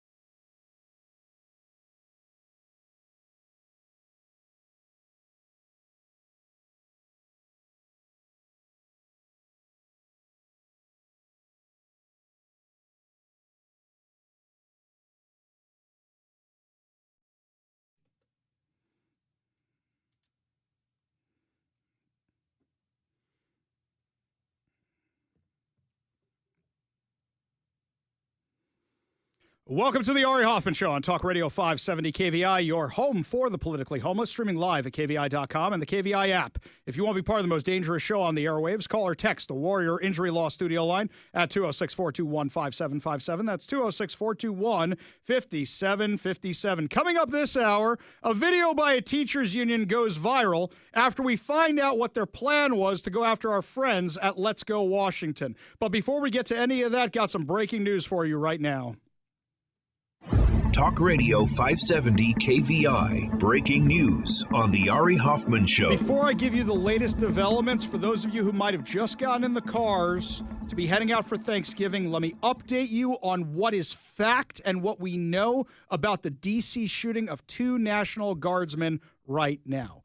Here are the facts. Earlier this morning, a lone gunman walked up and deliberately targeted 2 National Guardsmen in Washington, D.C., who were doing patrols, visibility patrols. Those are the kind of patrols where you say, hey, there's law enforcement here, don't commit any crimes. We know that the 2 guardsmen are still alive. They are in the hospital undergoing surgery right now. They are in critical condition. We know that the gunman was jumped by law enforcement, by local bystanders, and was taken into custody, but at some point during that, they were shot. We know that a picture of the suspect being loaded into an ambulance shows them stripped down, and there was a lot of speculation about why they were stripped down. Was it for medical reasons, or was it because they were worried about this person having explosives on them? Well, now we're finding out a lot more. Those are all the facts we have, and more information is flooding in. So, Bill Malugin from Fox News is now reporting that federal law enforcement sources are saying that he's an Afghan national who entered the U.S. on September 8th, 2021, as part of the Biden administration Operation Allies Welcome in the aftermath of the U.S. withdrawal. Who was running that operation? Joint Base Lewis McChord, JBLM. The planes for JBLM are the ones you saw in the videos of people hanging from the wheel wells, falling off the planes. Those planes that were bringing Afghans over, and nobody was checking who they were. Nobody was at all. In fact, earlier in the Trump administration, they said they are now checking all the visas issued under Operation Allies Welcome. They were checking all the visas because they have no idea who we brought into this country. This guy was living in Bellingham, Washington. So there's a lot of open questions about this. Question number 1, how did he get a gun? If he's an illegal alien, even if he's here on a visa, he is not a citizen. How did he get a gun? Question number 2, with Bellingham, Washington, was he flown here by the planes from JBLM? Question number 3, because he's a refugee from Afghanistan, was he put up in the homeless hotels here in Washington that Dow Constantine bought to be used for the homeless drug addicts and mental health people on the streets? Next question, did he have an ID? How do they know he's from Bellingham, Washington? They got his information pretty quickly. Did he fly to Washington, D.C.? Did he drive to Washington, D.C.? Did he take train or bus or other mass transit to Washington, D.C.? But if he flew, the only way you get on an airplane is with enhanced ID. Did he get a driver's license here in Washington? Another question. If he got a driver's license here in Washington, is he registered to vote here in Washington? These are all open questions we have regarding the suspect, and that is far too many questions. I checked an archived version of the DHS website under the Biden administration. It says Operation Allies Welcome is a U.S. initiative aimed at resettling Afghan refugees who assisted American forces during the Afghanistan conflict, providing them with temporary housing and support as they integrate into American society. Okay, how do we know they were all allies? Did we actually evacuate the allies, or did we just evacuate anybody who wanted to leave? If they weren't checking anybody at the border, were they checking them when they were getting on the airplanes during that disastrous withdrawal from Afghanistan? Operation Allies Welcome was initiated in response to the evacuation of Afghan nationals who worked alongside U.S. forces during the 2-decade-long conflict in Afghanistan. You see how this was written by the Biden administration? Doesn't say after 9/11, doesn't say any of that. Following the Taliban's takeover in August of 2021, the U.S. government launched this operation to ensure the safe resettlement of vulnerable Afghans, including those who were at risk due to their association with the U.S. military and government. Now, mind you, at the time, we said, how can you leave behind our allies? At the time, we said, how can you leave behind Americans? Because that's what happened during the Biden withdrawal. And you remember Jen Psaki? It was the largest airlift in U.S. history. But we said the same time, how do you know who you brought over here? How do you know who you brought over? Here's what they gave the refugees who came here under the resettlement efforts: temporary housing, sustainment, support for Afghan special immigrant visa applicants and their families. It was designed to support over 70,000 Afghan refugees.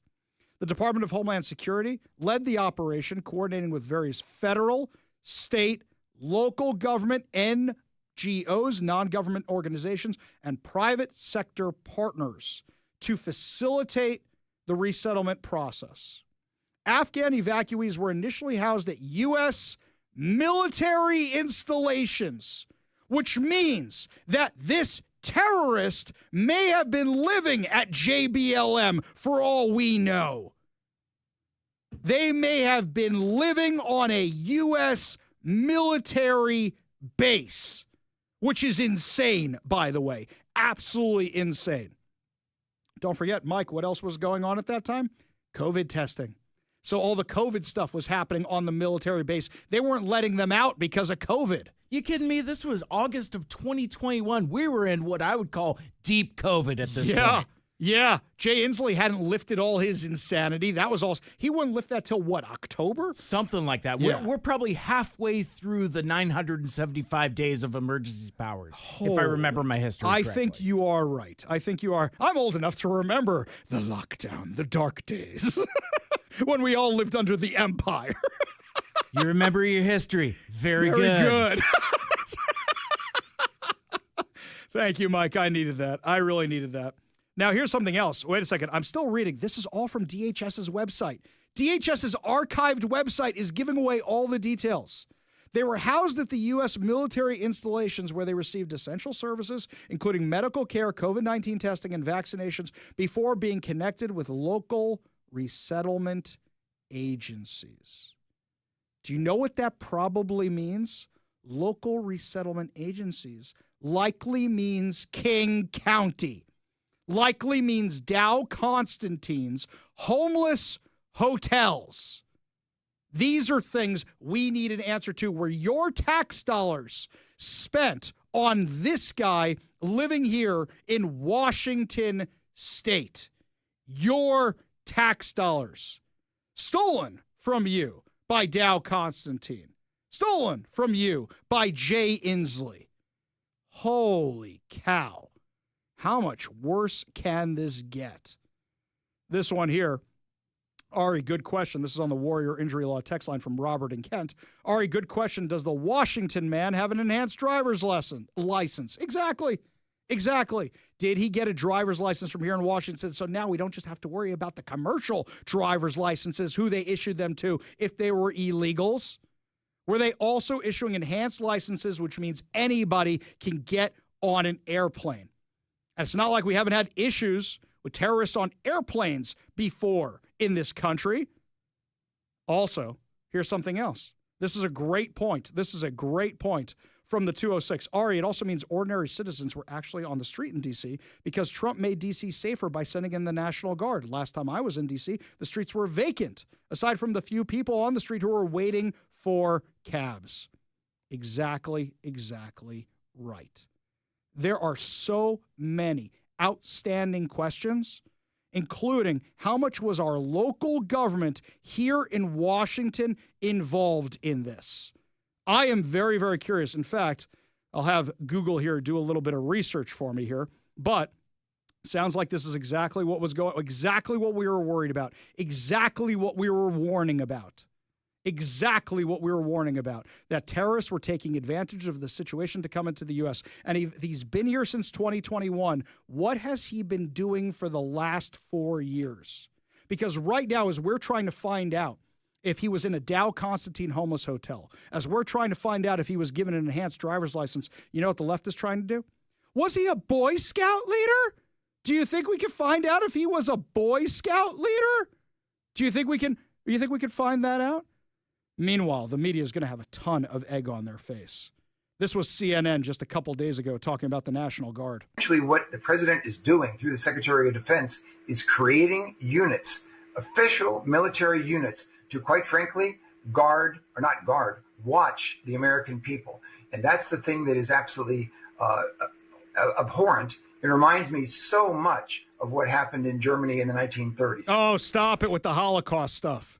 By the way, MS Now, formerly MSNBC, which we're now calling M Snow, this was their reporting on the tragedy. But of course, there's so much controversy happening in the United States right now with ICE, who are also wearing uniforms and wearing masks. And so you don't know, people walking around with uniforms in an American city. There are some Americans that might object to that.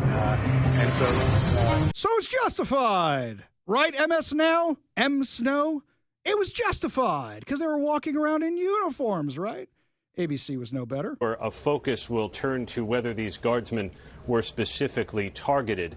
If that's the case, it would fit with what we've been hearing from law enforcement officials for a number of months now, that some political flashpoints in the country, whether that's immigration policies by the administration, the ongoing Israel-Hamas conflict, even amid a tenuous ceasefire, those kinds of flashpoints have made people in uniform, be they military, law enforcement, government officials, people in uniform have increasingly been targets, and that is going to be one focus of the investigation going forward, Kieran. Not the rhetoric coming from the left of take out these National Guardsmen.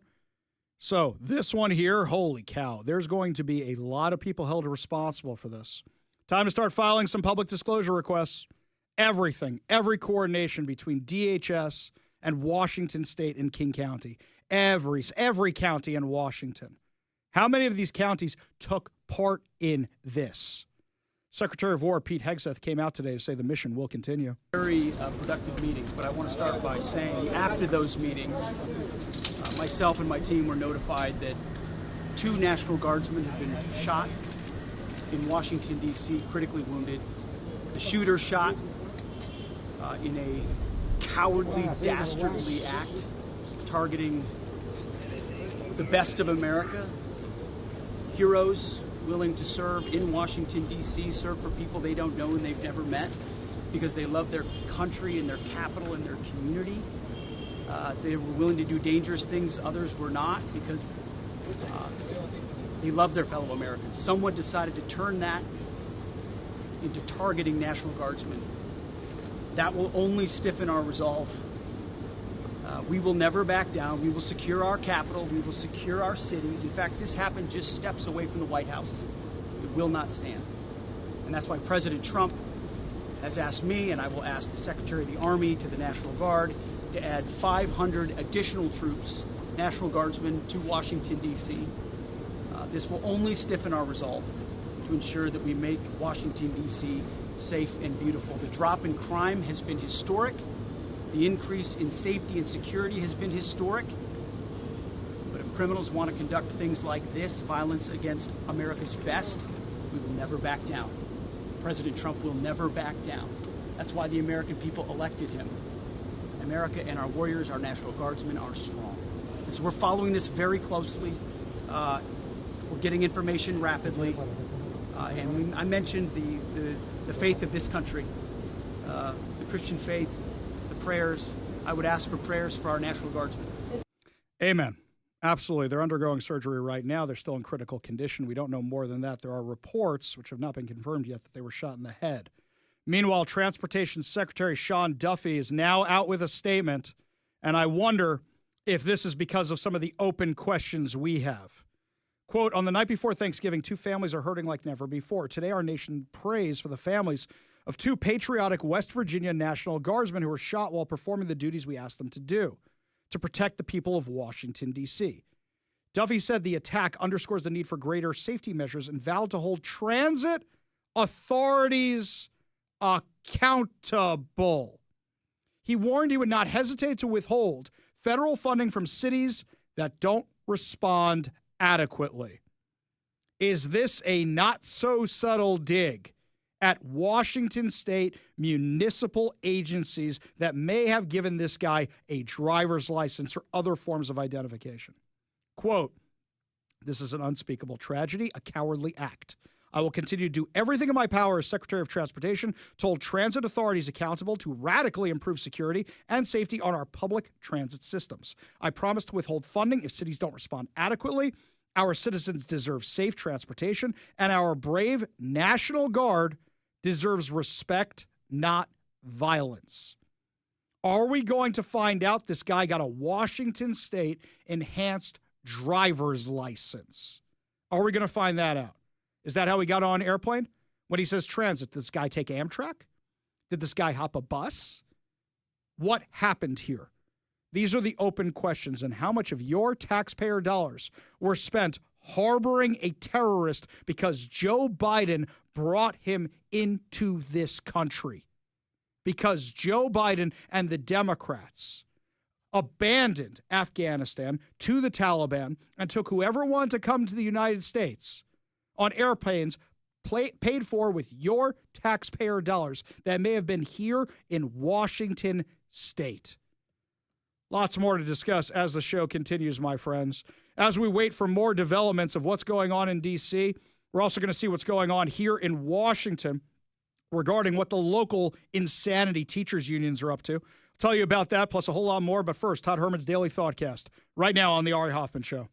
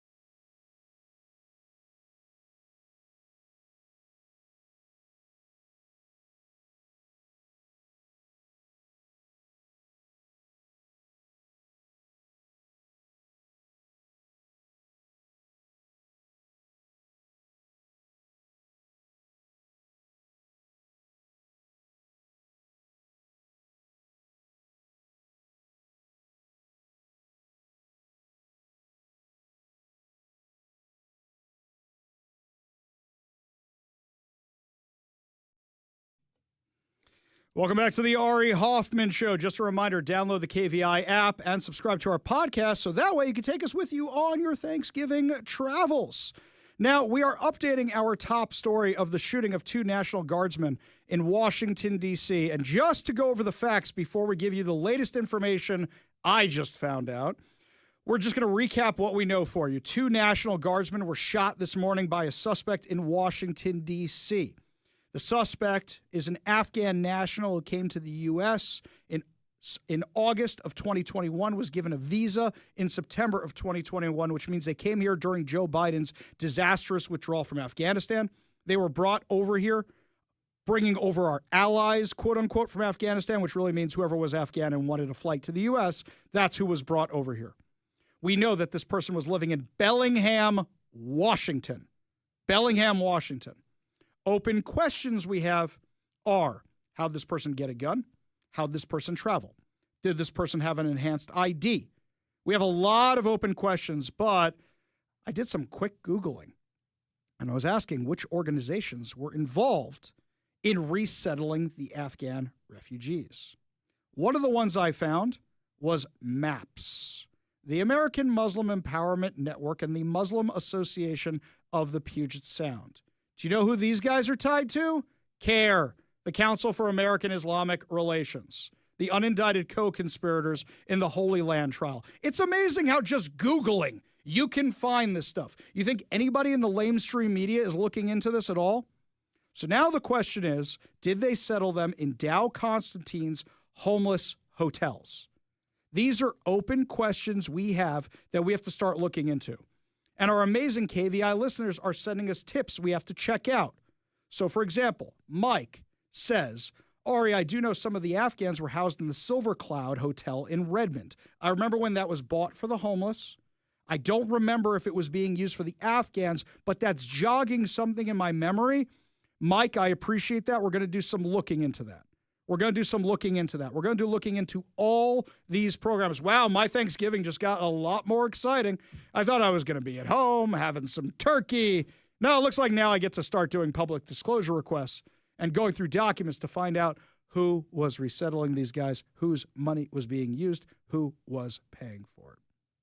Switching gears, by the way, over to what's happening at home. Our friend Brandy Cruz got something from Alicia Perkins, who's over from the Washington Educational Association, the teachers union, the one that does all the crazy stuff here in Washington. Alicia Perkins has a source, apparently, inside this union. And they had a meeting where they're talking about combating the Let's Go Washington initiatives. So we have the 2 Let's Go Washington initiatives, the one to keep boys out of girls' sports, the other one to make sure that we have parental rights. Well, in one of these recordings that Brandy posted online, you see the narrative that they are going to be using to try and defeat the initiatives. Give a listen to this. It's a little long, this recording, but this is the crazy that they are spouting to try and shoot down the initiatives. Hi, I'm Jennifer Wallace. I wanted to talk a little bit because when I first learned about this, my first thought was that it was just really naive.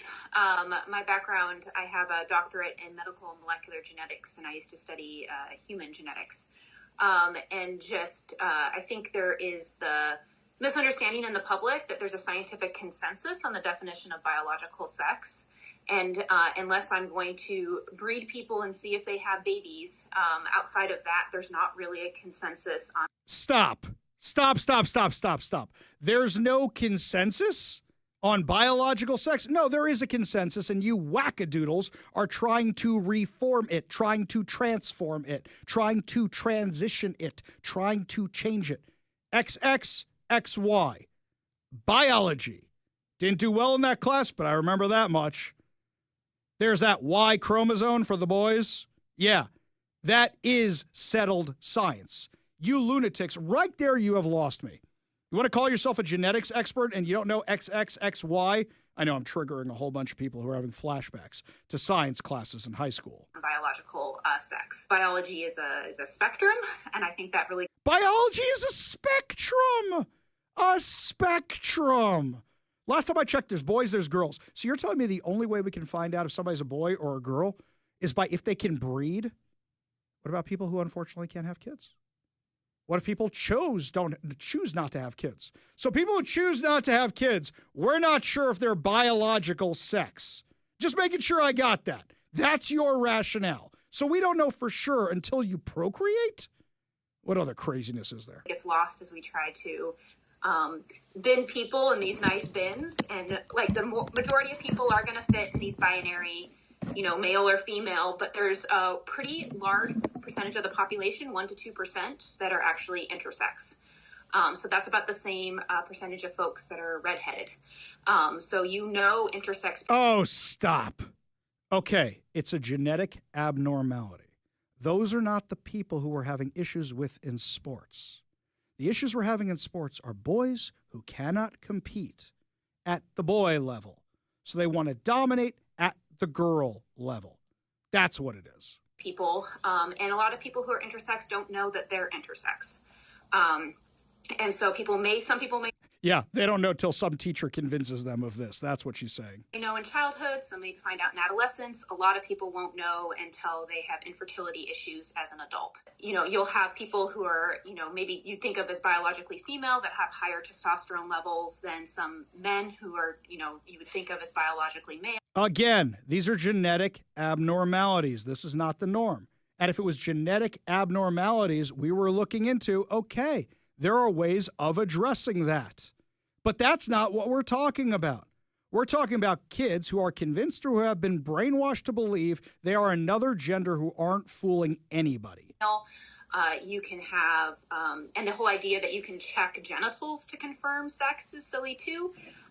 There are conditions where you can present anatomically female. Oh, enough! Enough! Give me a break about this stuff.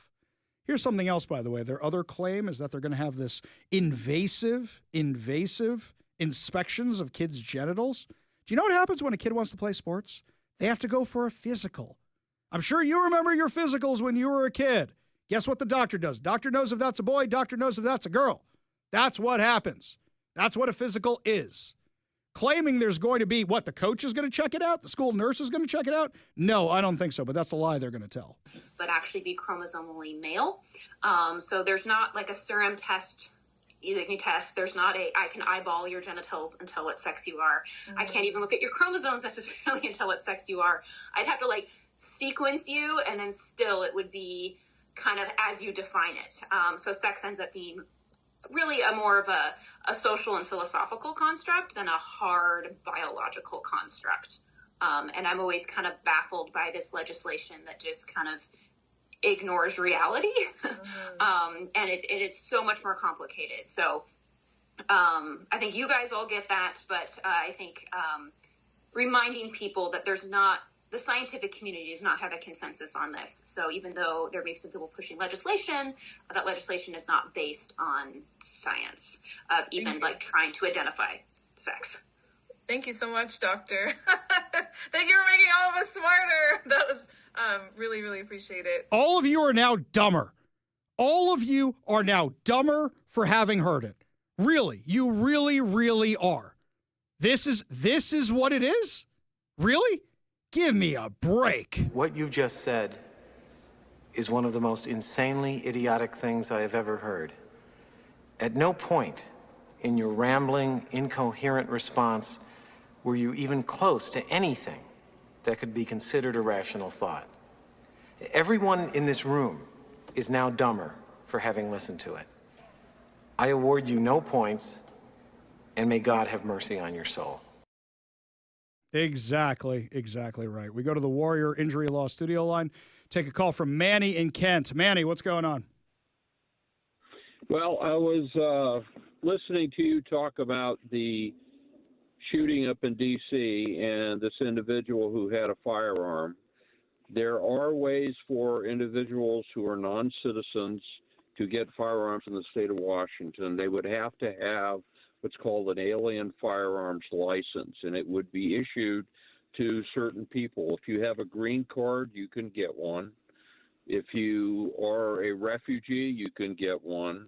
And it has to be something that comes from the State Department saying that, yes, you're a bona fide refugee. And the same thing with if you have an approved asylum request. So then this person may have bought with their visa they got from Joe Biden. They have may have bought this gun legally here in Washington and used it, is what you're saying. Potentially, sometimes visas, sometimes yes. If it's and that would be a special visa. Sometimes if they come over on a visitor's visa, stuff like that, gun ranges will not even allow them to shoot. I'm an instructor with the NRA. We will not allow them to take a class. But if they own a firearm, can get a firearm, they own a alien firearm, or they have in their possession an alien firearms license, they can, in fact, get a firearm. That's horrifying, Manny. Absolutely horrifying. I appreciate you calling us with that information. I'm going to do a lot more digging tonight after the show's over into all of this. I really appreciate that info. Happy Thanksgiving to you and yours. Appreciate you being part of the show. You want to be part of the show, you give us a call or a text at 206-421-5757. That's 206-421-5757. When we come back, my friends, tracking more going into this holiday weekend, also how you should be spending your Thanksgiving, maybe some advice for the Thanksgiving table, and some entertainment options for you. You're listening to the Ari Hoffman Show on Talk Radio 570 KVI.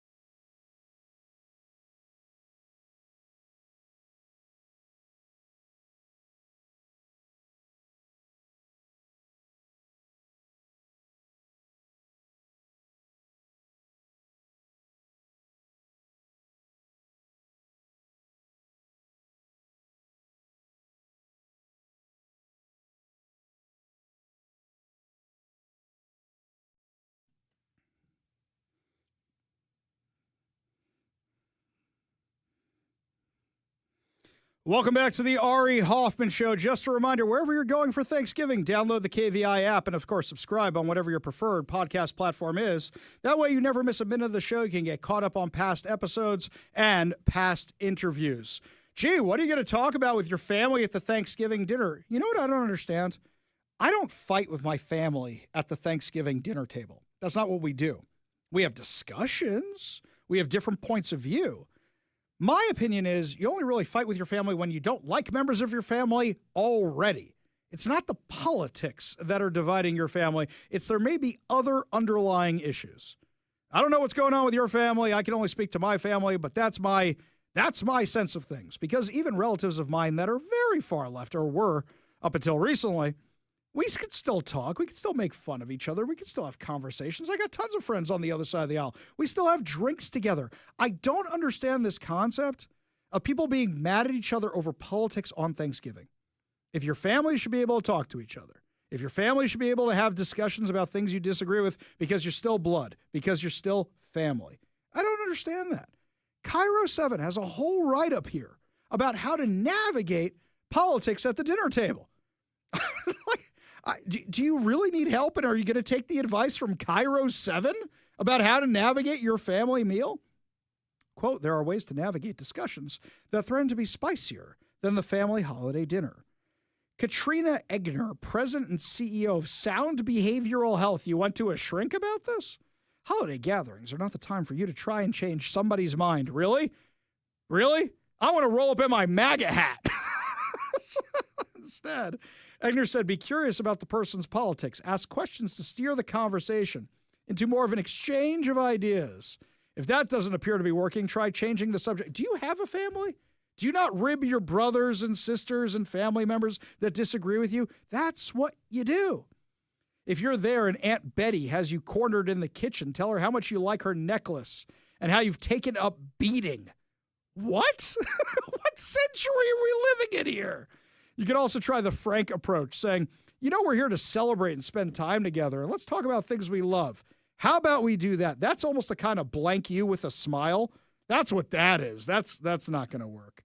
Egner also said it's important to remember there are things you can control and things you can't. One of the things in our control is who we choose to spend time with and who we choose to be around.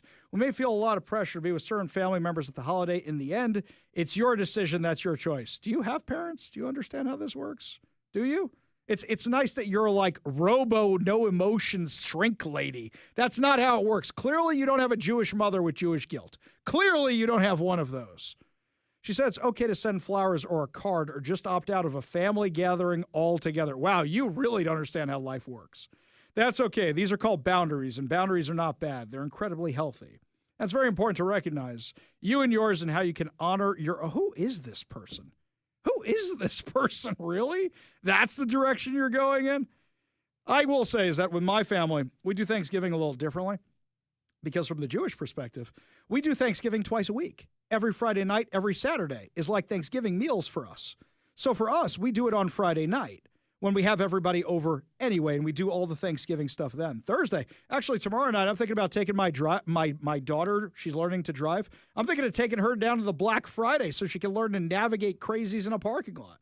Do we even have crazies? Mike, just out of curiosity, I might go to Best Buy this year just to see what it's like. The past few years, I've been kind of disappointed. Nothing's going on. It seems like abandoned amusement parks. Yeah, there's literally nothing there. I was just in Best Buy the other day. I was waiting for my pizza to get made, and I just walked in just for the heck of it. And they still have, like, appliances and stuff, but, like, there's no media. And even for, like, somebody like me who, like, collects action figures and stuff, they have, like, one end cap and one aisle, and you turn a corner, it's an endless wall of Chex Notes Funko Pops. Yeah, I saw that too. Yeah, it's not a toy department. No, it's really not. And here's something else. It's not even, you know, they have like one section's rented out to Microsoft and one section's rented out to Apple, and like a department store, they have that.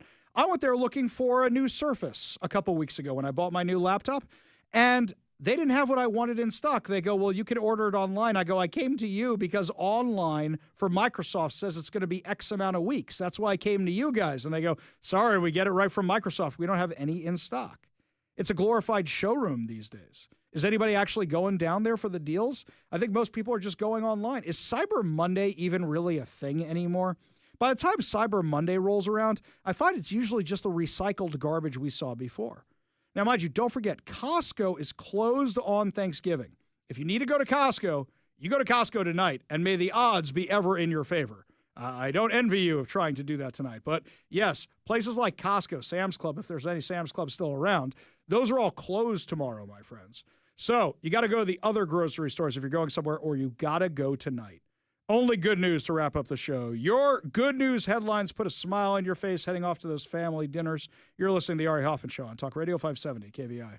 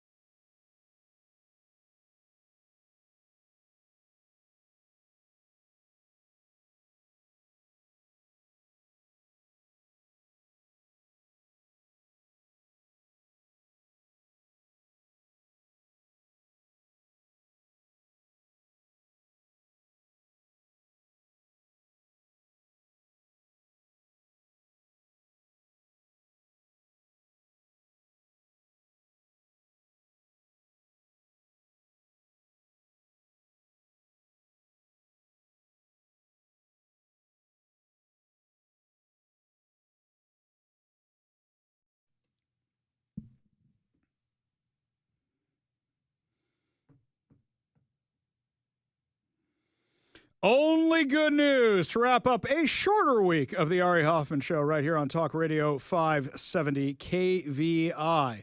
And as we head into the Thanksgiving weekend, got some good news headlines for you. Put a smile on your face as you're driving wherever you're going for the holiday.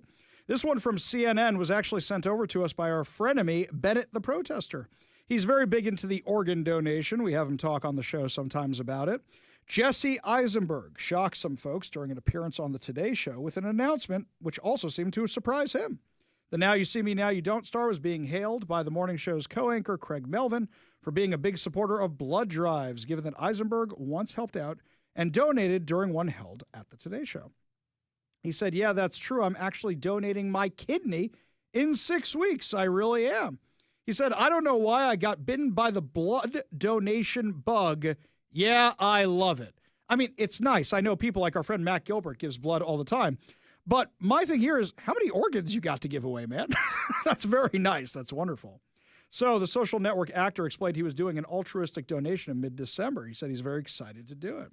In a separate interview, he said he got more in depth why he was giving his kidney to a teenager. He said, it's essentially risk-free and so needed. I think people will realize it's a no-brainer if you have the time and the inclination. Eisenberg said he originally had the idea to donate a decade ago, but never heard back from an organization he approached about doing it. Now, this is fascinating. He was playing Lex Luthor. He was the ultimate baddie. I guess you can become a hero. Anyway, in another story we got over here, this one kind of creepy, this one from King 5.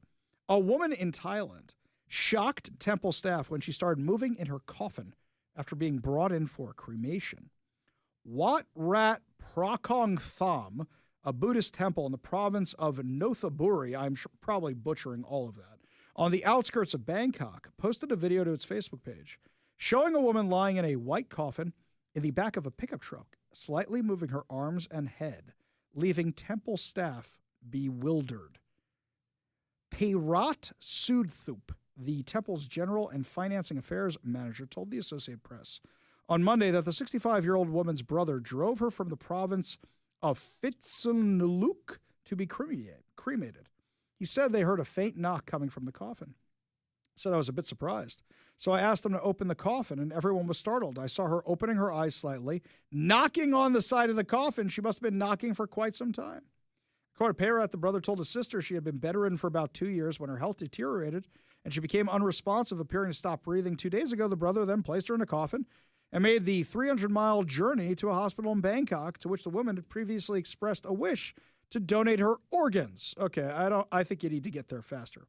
The hospital refused to accept the brother's offers. He didn't have an official death certificate. His temple offers a free cremation service, which is why the brother approached them on Sunday, but was also refused due to the missing document. Hang on, this is getting a little fishy. Do you think the brother was trying to off the sister and just have her cremated? The temple manager said while he was explaining how to get a death certificate when they heard the knocking. They then assessed her and sent her to a nearby hospital. They said that the temple would cover her medical expenses. Wait, is it the brother didn't want to pay for it anymore? I have a lot more questions about this story than I did when I began. First, it just sounded kind of funny. Oh, yeah, she's dead. She's not dead. It's like that episode of Friends. Is she dead? We're looking into it. Got this other one here. Tom Brady's back in the news. He's saying that working on Super Bowl Monday should be a hard pass, and Super Bowl Monday should be a holiday. Well, by that logic, Thanksgiving Monday should be a holiday too. It's part of a new ad campaign with delivery company GoPuff. Brady says in the spot, nobody wants to work on Monday after the biggest game in football. That's why GoPuff wants to help you give it a hard pass. He then explained that GoPuff is leading a real political fund dedicated to making the Monday after the big game a national holiday. All right, let's try explaining this one to our kids for a minute. Why are we getting off for President's Day? Well, it's a bunch of presidents who founded this country's birthday. And rather than learning about them in school, we're going to give you the day off. Okay. Martin Luther King Day. Why are we giving this day off? Well, Reverend Dr. Martin Luther King was a very important person to the civil rights movement. And rather than teaching you about his life and his story and why civil rights are important, we're giving you the day off from school. Okay. What about Juneteenth? Well, you see, for political reasons, we made this thing a holiday that really should have been made a holiday some time ago, but now we have school, kind of, but school's kind of over that point of the year, so you don't really get off for school anyway. It's a very important day because when they found out in the last place that was still having slavery that you couldn't have slaves anymore, but we're not going to teach you that in school because school's kind of done by then. Okay, what about Monday, February 4th? Well, Tom Brady, big quarterback guy in this game called football, won a lot of Super Bowls, ran a commercial for a delivery service, and wanted everybody to get the day off. So now we give you the day off? Are you kidding me with this? Are you kidding me with this? This is going to be what we teach kids in school from now on, right? But also, Ari, point of order, we do get the day after Thanksgiving off already. No, I know we do. Not the Monday. Not the Monday. Right, so Monday you want 4 days off? Well, I'm saying you already get 2. I said by that logic, you should get the Monday after Thanksgiving. Right, but off. that is the same logic. Oh, no, I'm not disagreeing with you. We're Yeah, saying 'cause the same it's thing. We're just, I'm saying how insane it is. Oh, I'm not saying we should do that. I'm saying it's as crazy as the Super Bowl business. Yeah. I mean, do people really get that drunk during the Super Bowl? Do people really get that blasted? Is that a hang on a second? Yes. Okay. Yes. I mean, I gorge myself. Yes. I have some. Yes. Thank you. Yes, what? Yes, they get that drunk on the Super Bowl. I have indigestion problems because I eat a lot during the Super Bowl, but that's more of a me problem. Anyway, because it's Thanksgiving, I do want to thank all of you for being such a wonderful audience and listening to us all the time. Without you guys, we would just be two guys talking to each other in goldfish bowls. And that wouldn't be fun. Well, it'd be fun for us, but it wouldn't be fun for anybody else. So I'm very, very thankful for all of you. And remember what this holiday is really about, giving thanks to God. Giving thanks to your family, giving thanks to everybody. That's what should really be about, not Black Friday. That's going to do it for us today, my friends. Fear not. We'll be back after the Thanksgiving break with more insane stories and more exciting guests. You've been listening to The Ari Hoffman Show on Talk Radio 570 KVI.